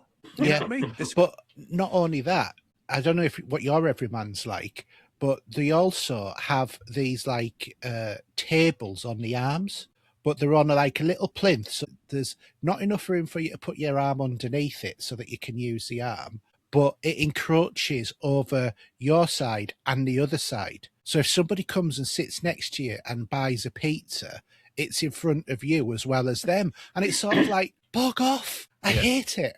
And so we've been once to the Everyman, and both my son and we both looked at each other and we said, we're not going here again. No, it's not good. I think we went to go see something crazy like Mamma Mia 2 or something daft. It wasn't really a for me movie, it was like a date movie sort of thing. And I just came out, just disgusted really. It wasn't a cinema. It wasn't I want the biggest screen possible. And another thing they don't do these days is really turn them lights off. I mean, I know it's a health and safety thing these days, but back in the day, man, that'd be pitch black in there. The only illumination was coming from the screen. And the exit on the right-hand side for the door going out, there'd be an exit sign there. Yeah, that'd be, I want it pitch black. See, that's what I like about the Savoy. They do, it is pitch black, but they do have lights on the steps. But because of the way that it's angled, you can't really see the lights on the steps. Yeah. So you can see where you're walking, but you can't, you're not going to get, oh, God, that blooming light over there and put your hand But they turn them on the way out. They turn the steps on, you've got on the lights going down the stairs, sort of thing, runway out. Yeah. Anyway, Steve, what have you been watching? So there's a Netflix movie called Thresh. Basically what this is about is there's a Category 5 hurricane in this town by the coast. The storm kicks in really bad, and there's different sets of characters in different sets of positions and scenarios. The concrete wall breaks and the sea rolls into town. So remember some of those disaster movies was it the one in 2000? Do you remember that one when it all froze over, didn't it? So this water comes in, but the twist on this one, there's these sharks hanging around, and there's some guys that have been tracking a shark for a few years that's actually gone onto the town now, and there's people being eaten by sharks through the whole movie. I mean, it's a bit far-fetched, but do you know what? It was just a bit of fun. Some of the scenarios you get in the movie where you got these 3 kids on their table because the water's in their living room and the sharks swimming around them, Yeah. And it's very amusing. The sharks, they look pretty good from using decent footage as well. A bit of CGI thrown in with it as well, but it's not a freebie movie on Netflix. Worth a watch. Just to, a bit of popcorn, that sort of movie, And with the other one that was coming out, which you were on about earlier, which I heard about that quite a while ago, so I look forward to seeing that. Anything with sharks in, I'm in for it, man. I tell you. I don't know about anyone else, but I haven't seen Sharknadoes or any of those for donkeys. They may be worth a rewatch if you remember those back in the day. But yeah, this came out on the 10th of April, so it'd be in the new movies that are coming out on Netflix. TV-wise, not really a great deal, although I am, in dribs and drabs, I'm just going watching Life on Mars. And as much as we've all seen it and love it, I just fancied a rewatch. So I've just done season 1, hitting season 2 now. Yeah, can't beat it really. Just good TV to watch. And John seems getting a lot of TV time at the minute with his shows, Grace on ITVX. So I mean, he's doing really well. The missus is watching it, so I come in and catch up on that every now and then with her as well. Over the last couple of weeks, I did watch Salem's Lot from the Arrow release that came out, and what was really good about that, I say the 4K is really cool with that. It looks really good. It's got its standard screen for the TV, so you're going to have your black bars either side of it. But the way I watched it was as I used to watch it, and when it came out on the BBC back in the early 80s. So you watch it in 2 parts as if it was broadcast. And I don't know if anybody wants to pick that up. That's just an awesome vampire Stephen King special that just came from straight to TV. There's a theatrical cut on the Blu-ray as well, on the 4K, but I'm not really keen on that. I don't need to see that. But it works well. The scares are still there. It's still as creepy as hell. I don't know if, Paul, if you've seen that. I don't know if you're maybe not the right age to come across it. What Salem's Lot? Yeah. Yeah, I remember watching it on TV years ago. With thingy out of Starsky and Hutch, was it? Yeah, David Soul. Yeah, I remember watching it on TV back in the day. I don't think I watched it because I think it were in 2 parts, so I'm all about it on TV. That's right. That's what I'm saying. That's why I'm watching it the same way as on the discs. You can watch it in 2 parts with the start, what's happened lately, going back into it. It's just brilliant. Really I remember it. I remember it being good in the day for sure. Yeah. Yeah. I will talk about Ben Hur a little bit because I've watched. It's funny. This film is a 3-disc 4K set. 2 discs are the film because you can't squeeze it on 1 disc. And what it does is I've only watched the first disc, so I'm nearly 2 hours in on the first part of the film. And it comes up with the intermission sign. If you remember those in some of the older movies, back in the day, you'd get that, wouldn't you? And they'd stop the film for a bit. So I'm up to that point in there with that. I'm going to say one thing, that it absolutely looks amazing. The colours, the screen, the 4K of it, everything about this film. This film's how old now? Over 50 years old or whatever. It's well old. And it looks better than some transfers you get of older films that you get now. It was restored in 8K. I mean, the native screen's 380 40 by 2160p. Charlton Heston, I don't know. This might not be for everyone, but for those that like the older movies, I remember watching this back in the day on an Easter in the 80s or even in the 70s as well. And I'm looking forward to getting to the point where we got the horses and the chariot races, which is incredible. So I've not got that far in the film yet, but honestly, it's a fantastic looking movie. And I think from the reviews I'm saying it's one of the best looking ones out there for a film that Warner Brothers are bringing out at the moment, I was just looking then, It was released in 1959, so it's 70 odd years old. Mm. And it 70 odd. Yeah, the special effects look really good as well. You got when in the water, and they got all the boats having this battle and stuff like that. I mean, it looks brilliant, absolutely brilliant. Can't believe. I mean, I really enjoyed the first part of the film, and I haven't seen it in years, to be fair. But it's one of those movies that if you're a bit of a purist, would have it in your collection, And hopefully, I get to watch it before next time we do a podcast. I'll get to watch the second half of the film. I'm just looking forward to that chariot race in it, really. Other than that, not a lot more to talk about at the moment. I haven't watched Hard Boiled yet. I've got that to watch. I've got a couple of Bruce Lee movies from Arrow as well to watch. So I'm getting into that Hong Kong vibe at the moment. But yeah, that's about it really for me. How about you? I haven't watched so much this time round, but one I have watched, and I'm not generally her biggest fan, to be honest. I liked her when she was in her very early days on French. I used to like her in the comic strip, and she did a little bit in The Young Ones and some of her earlier comedy shows she did with, I can't remember her partner in Jennifer crime. Saunders. Yeah, well, they used to do like a comedy type, French and Saunders. French and Saunders, yeah. That was all good, but I went off her when she did that Vicar of Diddley and all that kind of stuff. So anyway, she's done a new one, or newish, and it's called Can You Keep the Secret? Now, I watched this via streaming on BBC, so it's free. But what it is, it's in UHD, so it's in ultra high def.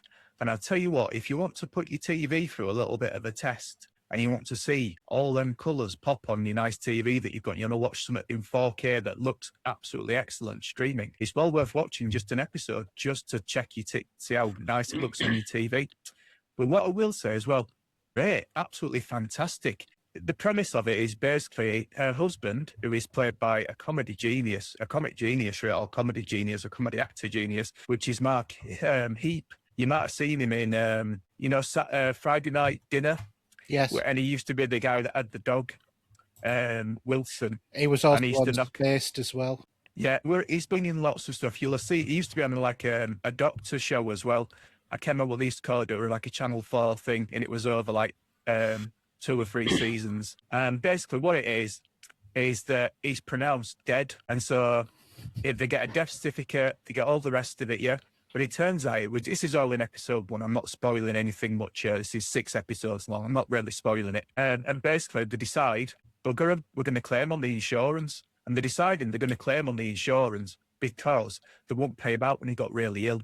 Because he's actually not working because he's got a really serious illness. So they say, well, bugger him, they would pay us out on that. So, yeah, I've been pronounced dead. Let's go for it. So, and it goes on from there. Lots of good things. His son is really funny in it. His son's wife, she's a police officer, which leads to obvious scenarios. Really good. I would highly recommend watching it. Usual 30-minute BBC show, and it is really funny. Yeah, enjoyed it. Intriguing. Really good. I'll tell you, if you're just talking about Dawn French, I was just thinking of what I've seen over the years, and there's a show I saw of hers called Delicious. Did you ever see that? I haven't seen it, but I'll look it up. Because she, memory serves that I can remember on it. It's about food, and she's living in Cornwall with her husband, and they got a restaurant. It's all to do with that, hence the title Delicious. Really good show that was. Really good show. I'll give it a shot. Because it's on. Well, you can rent on Prime at the minute. I don't know where else it'll be. I think this was a BBC, so it might be on BBC iPlayer. Yeah, they can be quite good on the iPlayer for back catalogue stuff. So I will check there. Another show I've been watching as well. Generally speaking, I'm not always a big fan of watching these shows weekly because the missus, she generally goes to bed quite early. She might be asleep by 8:30, 9 o'clock. I'm left to my own devices, which is perfectly fine. I'll watch a film, play a game, do whatever. There's never no debate about, us watching the TV together. She's goes to bed like clockwork, generally speaking. So generally speaking, this kind of show will probably not watch it, but then we'll binge watch a few episodes together on a weekend when she's not been working. So, and that's basically The Apprentice, the latest one, Alan Sugar. Obviously, these guys, they make out as if they're the best of the best, but everyone knows that most of them have been found in a circus. They don't know what they're talking about, and it's usually quite a lot of funny situations that, go off. And it's really good this season. The 2 people that are through to the final, which we've actually basically done now, we've caught up. We've watched like about 10 or 11 episodes over the past couple of weeks. And we've really enjoyed it. I've got into the guys that have been on the show, the contestants, have all been good guys. And have enjoyed, the situations they've found themselves in. So, yeah, that's been good. And I watched the film that Haydn had watched last time, which is Hail Mary. I'll say I enjoyed it. There was quite a revelation just before the end of it, probably about 15, 20 minutes before the end, because he comes across as a really, really nice guy in the film, and he is a really, really nice guy. But he didn't I'm not going to spoil this 15-minute ending bit. I know what you're going to do. Yeah, but I really everything is as it seems, shall we put it that way? Yeah, absolutely, yeah. So that came as a revelation, which it could have just been like, they didn't have to really throw that in there. The film was enjoyable as it is, but it was a good twist, which is what I liked about it.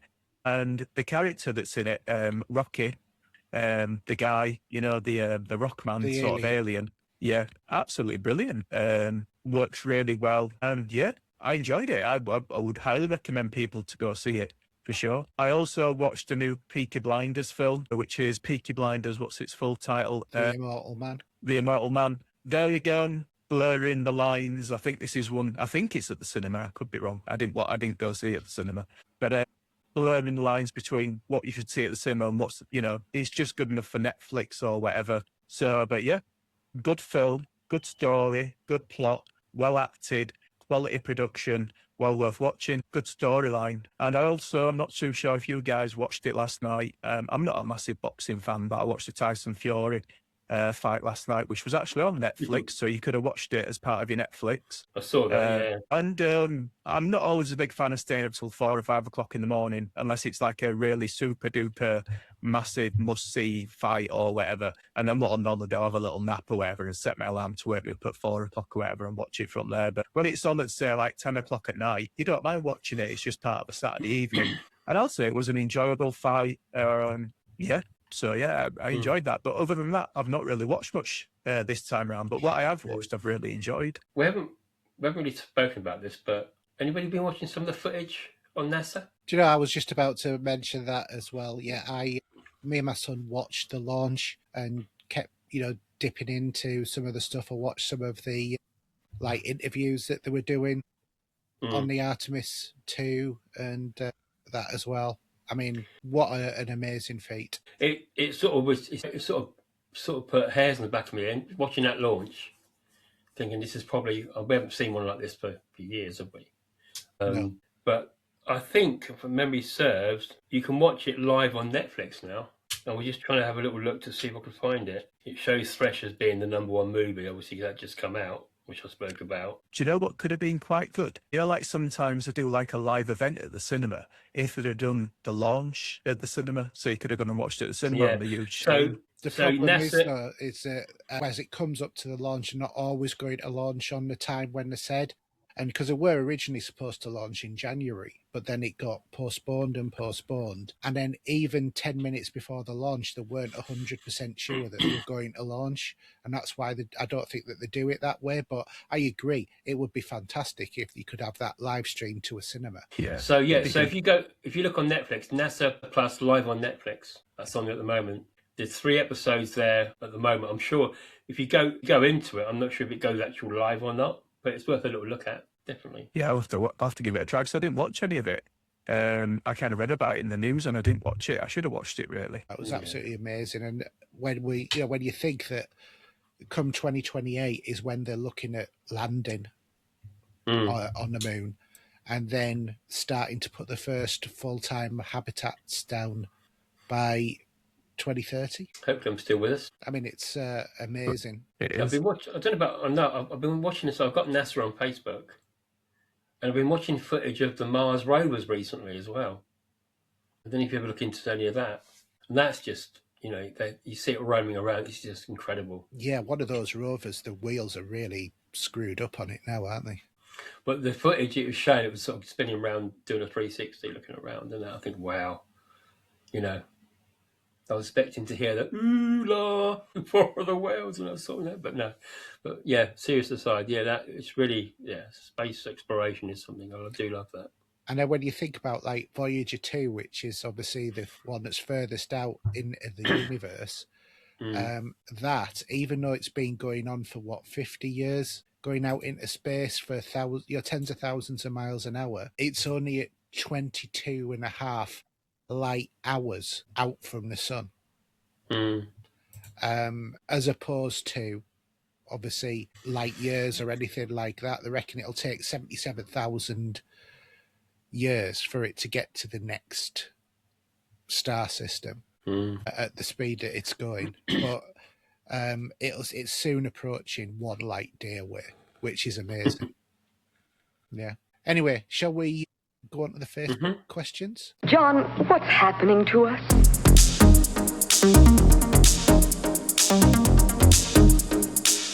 Okay, Facebook questions. We haven't got any from Mark. Mark, you've let us down, a man. We need to get your questions back. But Mark Tudor has stepped up. He says, "Good evening, chaps. Crimson Desert is a Frankenstein's monster of games, yet I think it's going to be in my top 3 favourite games. It borrows from the likes of Breath of the Wild, Skyrim and Witcher, to name but a few. My question is, if you could invent your perfect game, what 3 games would you choose to combine?" God. That's quite a big question, really, isn't it? I mean, there's so many good games out there. I mean, one that comes to mind for me, but probably Destiny 1, not Destiny 2, where it was still understandable Destiny 1 because I put, I don't know, hundreds and hundreds of hours into Destiny 1.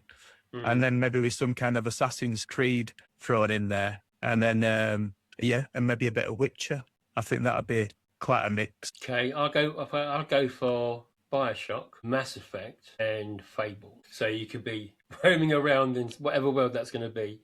You can be being as evil as you want, having kids, whatever you want to do, running around in space or not, or possibly with BioShock, sort of the looks of that era. Yeah, it'd be quite cool. Yeah. I think I would go for Mass Effect, Elite Dangerous, and Star Trek Starfleet Command. You know, the one where you were on the bridge. Do you know what I mean? Not Starfleet Command. That one. And combine it to get like a really good sort of like Star Trek game, but with a bit of action in it. It'd be nice to say. We've never had the real purest Star Trek game that everyone wants, but we've had so many different incarnations of it. Well, I know. I think that we did. I think we had them years ago because there was all of the like adventure point and click games, and they were really, really good. You know, I'm talking about early, you know, like MS-DOS sort of games. I'm not talking about Windows. Yeah, I mean, I don't think that'd work now. Maybe I'm saying that game you've been playing recently, the one that's like Fallout with the Star Trek game you've been playing with, you know, when you played it twice. Star Trek Voyager Across the Unknown. Yeah, because I have played a demo of that, so I see how that works. It's quite good. I do like that idea. Yeah, it's worth it. I did die though in the first attempt, but I think you need to think about that game. Oh yeah, you do. I mean, one of the things in terms of that game, what you've got to do is make sure that you look after your crew, because if you don't look after your crew, no, they sort of rinsed me. Yeah, they didn't like it. Yeah. Mutiny on the Bounty as from Star Trek 4. If you don't do things like, you know, sort out the rations, sort out the rooms and stuff like that, there's a minimum that you can get away with. You don't have to build everything in there. But selfish lot, aren't they? I'm the captain. Yeah. You're bloody well told. Yeah, exactly.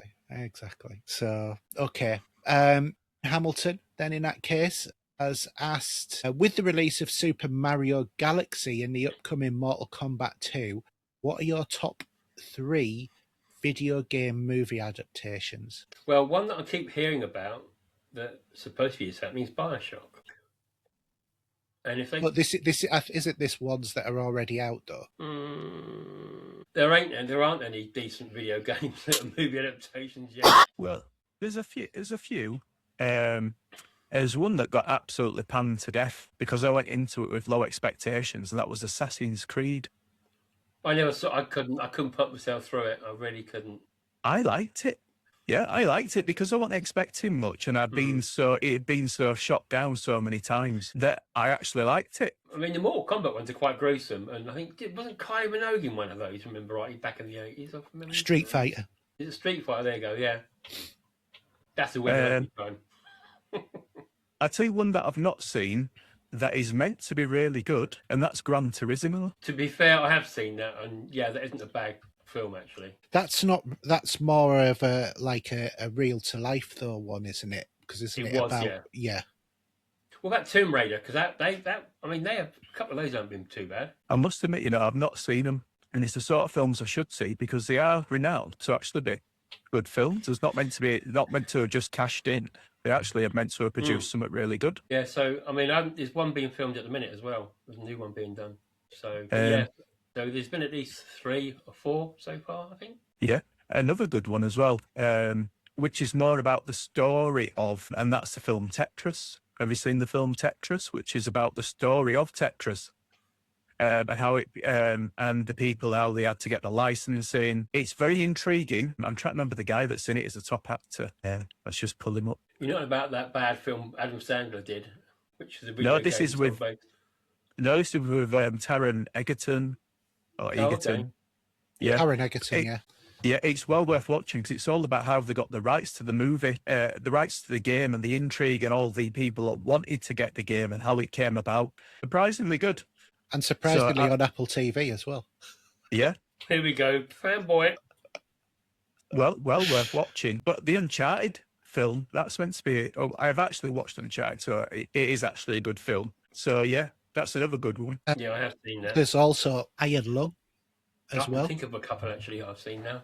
Come to mind. Uh, How about Until Dawn? Have you seen that? That was pretty good. The PlayStation game. I haven't seen that movie. That's got Hayden Panettiere in that one. She's in the game, but is she in the movie? Yeah. Okay. I'm sure she was maybe. Then the other one actually is Silent Hill and Return to Silent Hill. Yeah. They weren't bad. I keep meaning to watch those as well because I've been having a bit of a Resident Evil, Silent Hill kind of horror-y sort of enjoying. But yeah, and I mean, of course, you've got your classics, which were kind of inspired many video games as Tron and The Last Starfighter. I know they were more inspirational, and also war games as well. War games with Matthew Broderick. And I'm gonna say I've got five Blu-rays sitting over there in my cupboard. And one of my favourites, I've been rewatching a couple of them recently, that's the Resident Evil movies. Yeah, I keep meaning to watch them because I've been enjoying the games. They're definitely ones on the list. Oh, they really are good. I like the Mila Milosevic games. Movies, she's done really well with those, and with her husband that directed them as well. I mean, there have been some awful games as well, like Street Fighter, which we've obviously mentioned. That was absolutely awful. Doom was good, I think. For a bit of Doom was, yeah, with Carl Urban and The Rock. Yeah. I quite liked the Lara Croft games when it was Angelina Jolie. Movies, rather. Yeah. I actually quite like Wing Commander as well. It had Freddie Prinze Jr. on it. That was a long time ago. Also, there's been one here. You might have. I wouldn't be surprised if you've not seen this one, or you have seen this one, I should say. Hitman Agent 47, which was 2015. Yeah, I know you're a big one. Hitman. Yeah, you're a big Hitman fan, aren't you? But one that's meant to be bad, but I think I would enjoy it because everyone said it's so bad. Is Borderlands? Yes, that is bad. Yeah. Oh, is it bad? Right. Yeah. If you say it's bad just because everyone else has said it bad, I like it. But if you say it's bad, I imagine it must be pretty bad. Yeah, it is So, bad. But Pokemon Detective Pikachu wasn't too bad. Yeah, that was Not my cup of tea. Did you take your kids to see that? I took Adam to see it, yeah. I took my son. But there's also Rampage as well with The Rock. There's some up and coming ones as well. I'm looking at this list here. Sonic the Hedgehog was okay. Yeah, not my cup of tea. Would have been if I took the kids and Was that one, the classic one, where it were converted from a book? Jumanji. No, it's another one. It came out about 5 or 6 years ago, but it's like a really popular gamer book. Can't remember the name of it. It was massive as a book, and people sort of like have read it lots of times. It's late to be announced. Looking at this, I mean, they do it. I heard John Carpenter talk about it. They're doing Fear. Do you remember that video game? Yeah, that's probably up and coming. Watch Dogs as well. There's been talk of that. God knows how that would work. I think something you might have seen, Hayden, would be the Minecraft movies. Yeah, I actually have the Minecraft movie. Yeah, it's not too bad with Jack Black. I'll tell you another one as well, is which my son's seen, I haven't, but he said it was really good, is Iron Lung with Mark Edward Fishback, who's the Markiplier, the YouTuber, who's produced it himself. That's based on a video game. Would you put in that class? I'm trying to see on I've got it up there somewhere. What about Ready Player One, just for fun? That's the one. Got everything in it. Ready Player One. That's the book I was thinking of that turned into a film. Ready Player One. Yeah, I've got that on my shelf sitting there. Yeah, well, there's lots of bits of games in that one, isn't there? But yeah, and I'd say untitled yet, but there's Space Invaders probably coming on. There's a Tom Clancy Ghost Recon film, Vampire Survivors coming up, hopefully. I think we haven't mentioned, but some of the animated ones, like Final Fantasy: The Spirits Within. I enjoyed that movie. And there's Warcraft, isn't there, as well, which is meant to be good. Yeah. Five Nights at Freddy's. Yeah, and That's also like the Super Mario Bros. Movie. That was good. I have seen, actually, I don't know, when did I see it? Resident Evil: Welcome to Raccoon City. That was good. Yeah. I don't know if you've seen that one. Paul, you seen that? No, I'm gonna give them a shot. Yeah, that one came out in 2021. I've actually got the soundtrack to that as well, actually, on vinyl. That wasn't bad from how they work it. Monster Hunter, obviously, that was another Wes Anderson and Mila Jovovich as well. And if you're into anime, there's loads of Pokemon movies and stuff like that as well. I believe there's a Persona movie as well, or like they stitched all the animation together. You know, because from within the game, because there's lots of animation. Yeah, Persona 3, the movie. Yeah. Wing Commander. Okay. Yeah, that's the one I mentioned about Yeah. Freddie Prinze Oh, Jr. okay. Max Payne. Yeah, See with Marky Mark.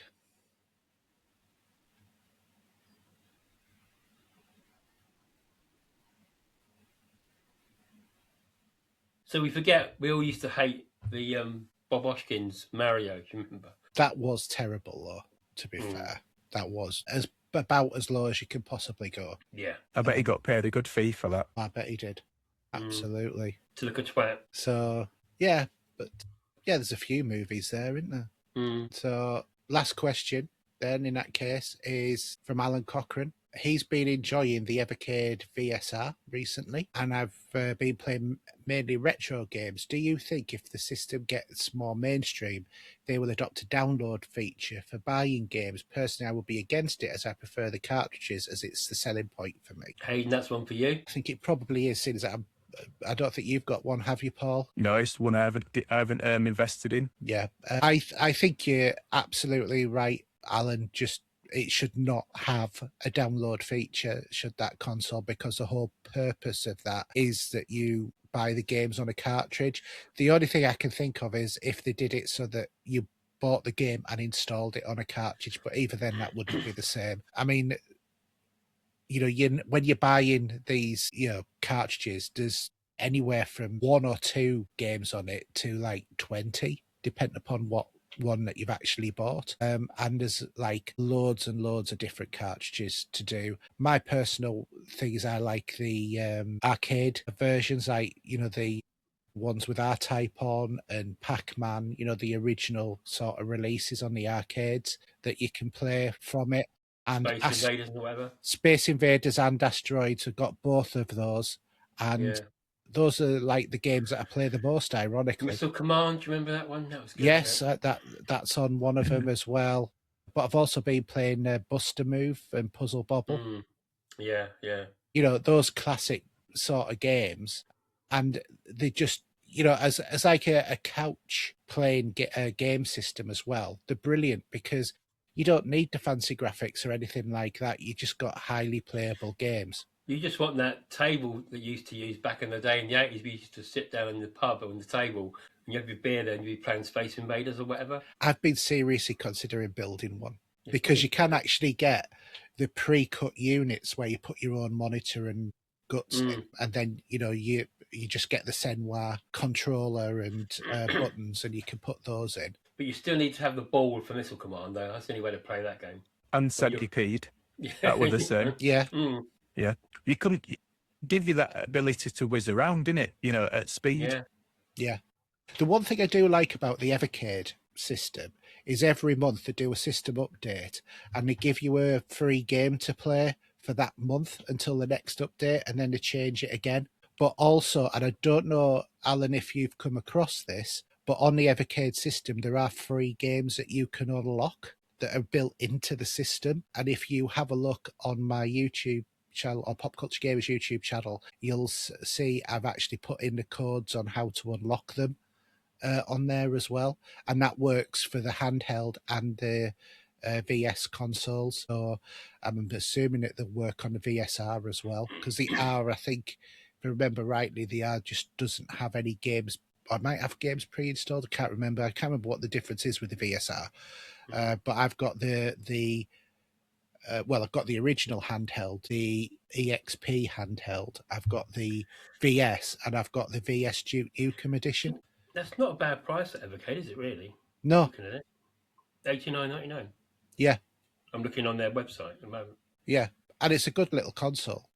What about buying the cartridges for that? How does that work, Ian? The cartridges are about £25, and they've got several games on normally.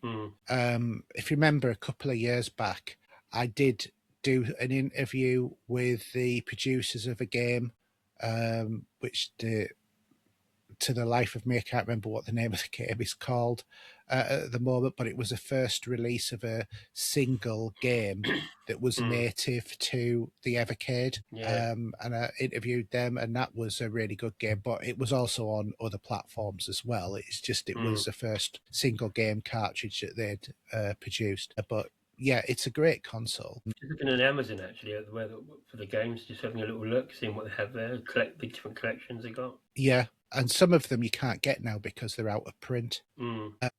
There's also a bit of a weird thing with a couple of the cartridges, the ones with Pac-Man on. You can only play those on the handhelds because of the licensing agreement. Namco wouldn't allow Evercade to put it onto the one that plugs into your TV, which is just, daft. But they didn't want the competition. Was it Evercade? Is it Namco do?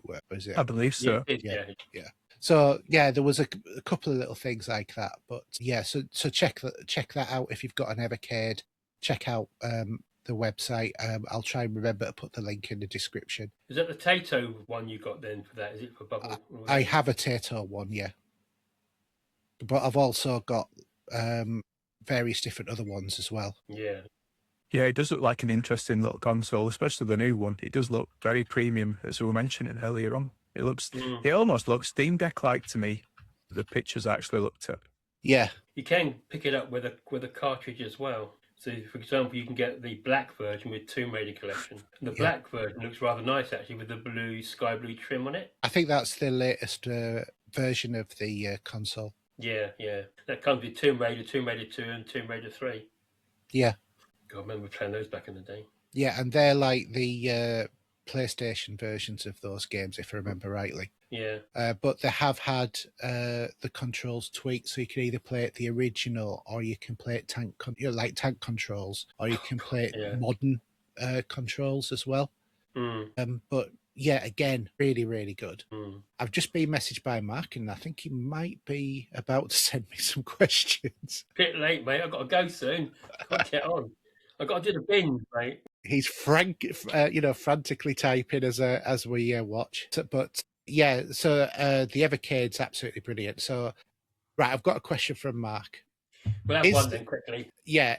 Is DLC still relevant, or are we in an age where games should have enough content from release? There'll always be DLC. Yeah. We're always talking about it. It's always, especially with these RPG and these online games, they will be bringing out expansions, aren't they? It's Warcraft or whatever it's going to be. Well, look at Diablo 4.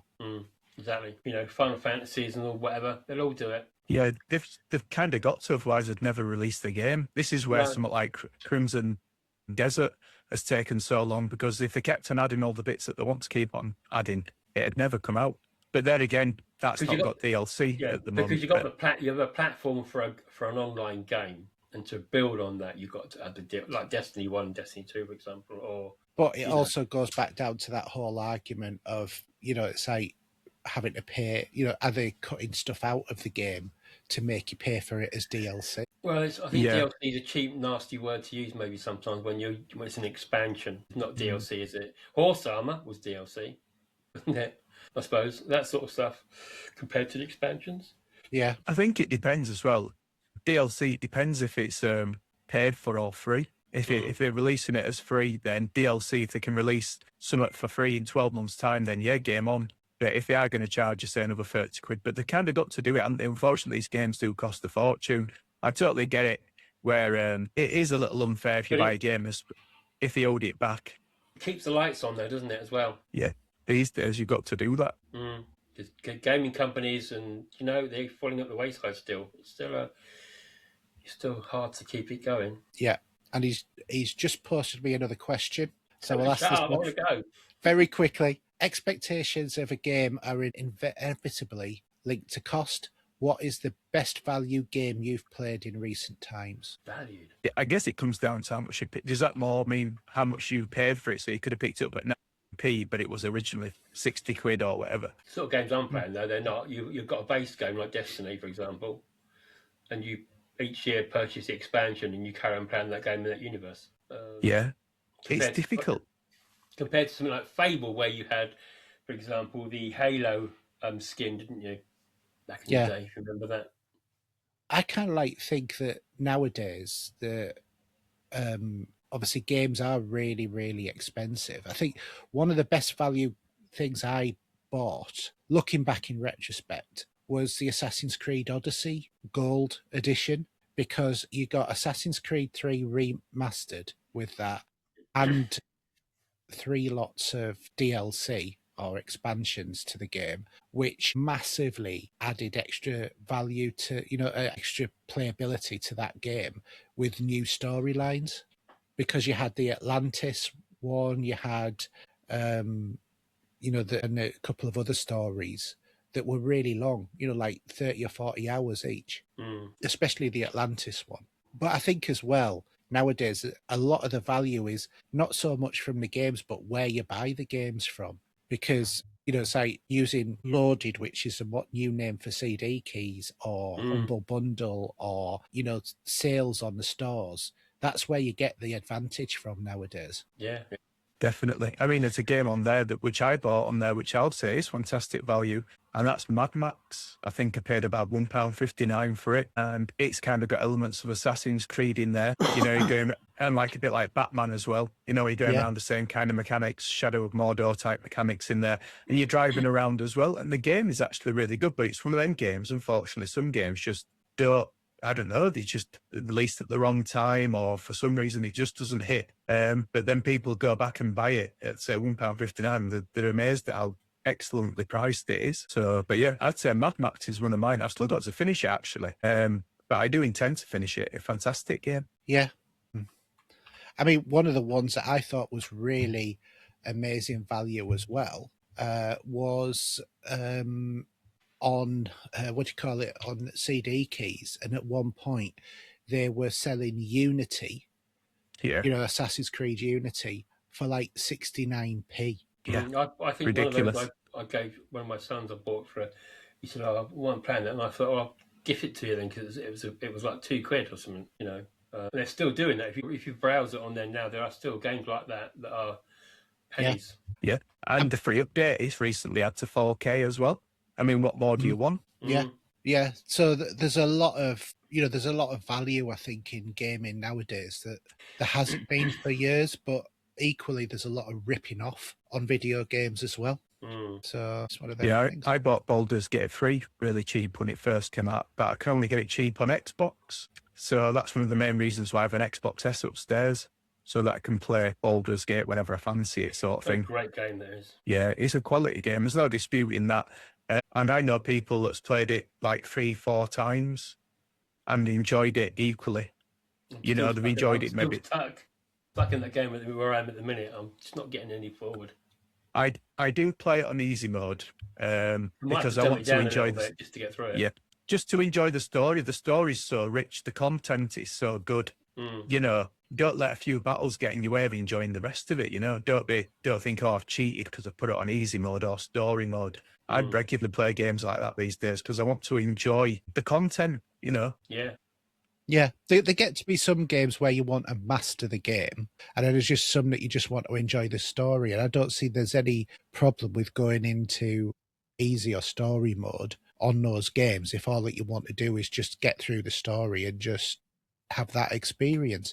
Not everybody wants to master every game that they play, but you want to enjoy the experience. I think maybe it might come down to how many games you buy as well. Let's pretend I only bought 2 games a year. I might potentially not put it on story mode. I might be more inclined. So it might be down to your content, the amount that you buy every year as to what level you're prepared to put it on, really. Yeah, absolutely. And I do think that things like when Assassin's Creed did Mirage, and that was a cheaper Assassin's Creed, and they cut down the map and all of the rubbish that they normally put in Assassin's Creed games, was actually made it better. Because when you look at Valhalla, I still haven't completed Valhalla. I don't enjoy Valhalla. I find it feels like it's a dirty game to me. Do you know what I mean? And you seem to level up and you get to a point and then all of a sudden everything is like 100 levels higher than you are and you can't get any further up where you are. And I just sort of like, I can't be bothered with it. And I don't want to go back to it either. which for me is very unusual for an Assassin's Creed game. You know, normally I play them to completion on a couple of platforms, but Mirage is a different kettle of fish because they kept the cost down to like £35 or whatever when it was released, and they made it a smaller game and they made it better as a result. Absolutely, and they did the free DLC for that recently as well, like a 5-hour DLC. Yeah, Mm. And I think I'm about halfway through that. I keep meaning to finish it, and I can, squeeze an extra few gigabytes. I mean, onto me. Just looking out of curiosity, there's like, do you remember that Tomb Raider? The new version of Tomb Raider came out on the 360. Which just really changed the way games were made, wasn't it? Yeah.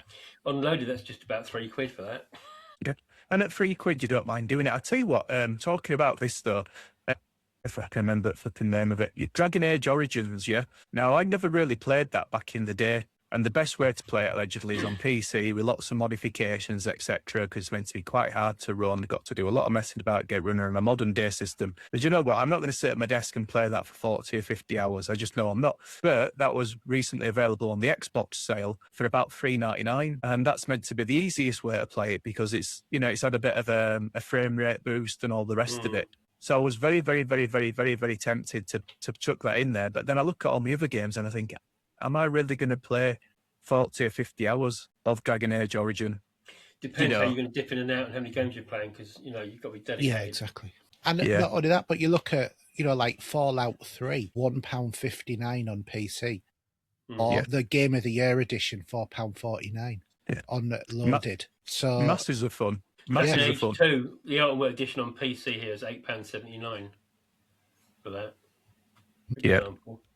This is why I always say if PlayStation went digital only, well, I'll be going straight back to PC because I won't be paying, I'll want to be paying PC prices for my games. I'll know I'll be able to get that game probably a few months after, or maybe even a few weeks after release. PC prices can drop pretty quick. It goes on loaded very swiftly, then prices can drop. And there's other marketplaces as well you can buy them from as well. And I'd say you'd be paying £30 on average for a top tier game.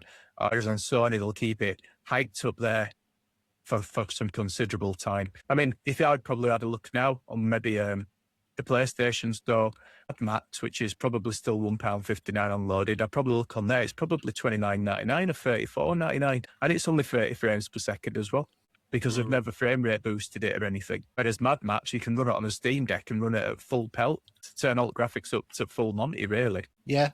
And I mean, not only that, but you can get games like Final Fantasy 10 and 10 Part 2 for $7.99. Final Fantasy 13 £4.39. Final Fantasy 15 Windows Edition $9.99. Yeah, that's a great game. I love that game. I would probably go back and play that again. It's one I've completed. Yeah. I like the combat. I like the combat on it. The way that you can choose if you want to go full arcadey or if you want to make it so it pauses in between, hits and things, so it's more like turn-based. Brilliant game. Absolutely outstanding. Yeah, and not only that, but you play one of those Final Fantasy games on a Steam Deck and they last for hours. Yeah. Well, the good thing with the Steam Deck, as you probably know, you can go into the settings on the right-hand panel and change the wattage, say down to say 8 watts or 5. If you were playing something like Balatro on a plane, and you bang that wattage down to about 5 watts or something, you got like an 8-hour journey, or more, maybe a 12-hour journey, there's a good chance it'll go all the way, without needing to recharge it, because Balatro's not going to kill your battery. Obviously, if you're going to go play certain other games, but you might as well turn that wattage right down. It'll last forever. Well, games like Vampire Survivors and stuff like that as well. Yeah, perfect games. I mean, there's certain games, that's a whole different topic, innit? That's a question almost. What could you play on the plane and how would you play it for the longest possible time, for a long journey or whatever. But yeah, amazing some of the value you can get out of games. Some of the quality end games, they've just been pushed to the wayside, really. Yeah. I mean, even them old, I tell you what, the Steam Deck is near perfect for playing some of them older Batman games, like from 2012 and 2013. Yeah, them games work great. You put that onto your TV. You've got to change it in the settings. Otherwise it'll only play at 720, the Steam Deck screen resolution, you've got to change it to native. So if you do plug your Steam Deck into the TV, change individually, you got to do it to every game, change it to native. Well, then when you put it on your TV, if it's 4K, it will go up to 4K. You might not get it to play in 4K, but you can have it definitely at 1080p or somewhere in between. So, yeah, you can get the max out of that. Great device, the Steam Deck. Great device. Yeah. Totally. They're meant to have gone out of stock everywhere now as well, because they ain't going to make them. No, it's not that. It's they're not going to make them while the RAM prices are high, but evidently we've seen the first fall in RAM prices recently. Yeah. Well, they said, didn't they, that a lot of these contracts to buy a poly from an intention to buy, which is not a contract signed and sealed. Yes, we're going to buy it. It's like an intention to buy. But there again, another problem is I think a lot of guys have been stockpiling these RAM. A lot of these big companies have bought up a lot of RAM, and they've kind of killed the market because they've put them too high. So this is where your little droppers come in, I think. A little drop there is more to kind of tempt you back in. And I tell you what, though, I was looking at prices on, say, like CCL and overclockers, other companies are available. And generally speaking, I think if I was going to have to build a PC these days and I was like a regular individual, do you know what? I wouldn't buy 32 gigabytes. I just buy 2 sticks of 16 because you can get them for about 170 quid. And it makes it, you can always add another 16 later. And to be quite honest with you, most video games, 16 gigabytes of RAM is still plenty. It's still plenty fine. You know, you're not going to really be doing yourself short. But the thing that's meant to be really turning the, turning things again is that they've actually started to put price up on all your SSD drives. They're starting to go seriously through the roof as well. Like I've got a 2 terabit in mine, in my PlayStation 5 downstairs, my Pro. And I don't know, I think I bought like years and years and years ago. It was second-hand, admittedly, and it was cheap at the time. I paid like 70 quid for that. Well, 2 terabit at the moment, it's about 180 quid. Yeah, I was looking at was it a 4? Yeah, it was a 4 terabyte SSD, NVMe SSD. And it had been about 250 quid several months back, and it's now 900. That's shocking, right?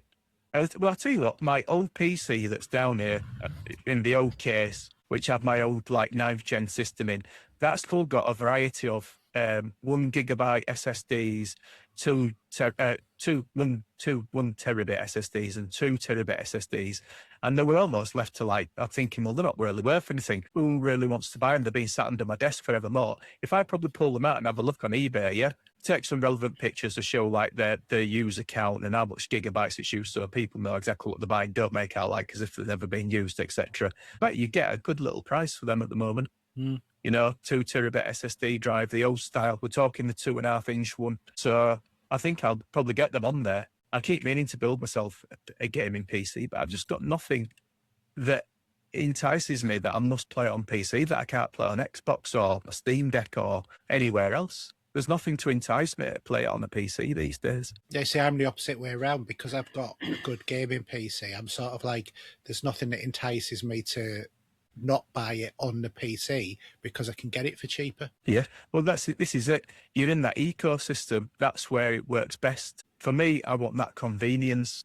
Sometimes it's just, it's sat underneath the TV. I want to turn the TV on and press the button. As we know from PC gaming, the problem sometimes can be the tweaking and the messing about. And sometimes you can be playing a game and your frame rates drop for some reason. And it can spoil the whole experience. You start messing about in the settings and all the rest of it. It can be like a little bit too many distractions. It is definitely a hobbyist thing. And sometimes half the fun is getting the game working exactly how you want it to be. The tweaking and the settings and the drivers and all the rest of it. So, but I don't think that these days it's nowhere near as bad as that. Most of the time, games work straight off. Well, yeah, but years ago. Years ago, because you used to be setting the IRQ values and stuff like that, didn't you? Well, even that. I mean, if I hadn't, let's put it this way. If I had a gaming PC in here and I hadn't turned it on for 1 month, I'm probably going to be faced with Windows updates, graphics card updates, and then probably a game update as well. So I've come in, I'm going to spend 3 hours in here and I'm going to play my game. It ain't going to happen. I'm going to spend at least an hour updating everything, maybe even longer messing about. And then what if the drivers have a duff or whatever, I've got to roll them back to the last ones. So if you use it all the time, it's like a car, isn't it? You know, you're consistently looking after it. You know, you're making sure it's ticking over every day. Yeah. But if you use it not very often, it can be even a Steam Deck can be a pain. When I first turned that on, and I used it for ages, I'm definitely going to have updates. And then there might be game updates as well. And then Steam Deck has it's like some other kind of different updates, you know, where I can't remember what they call it. It's like a cache file, you know, for some of the games so that the graphics or whatever, it can work better.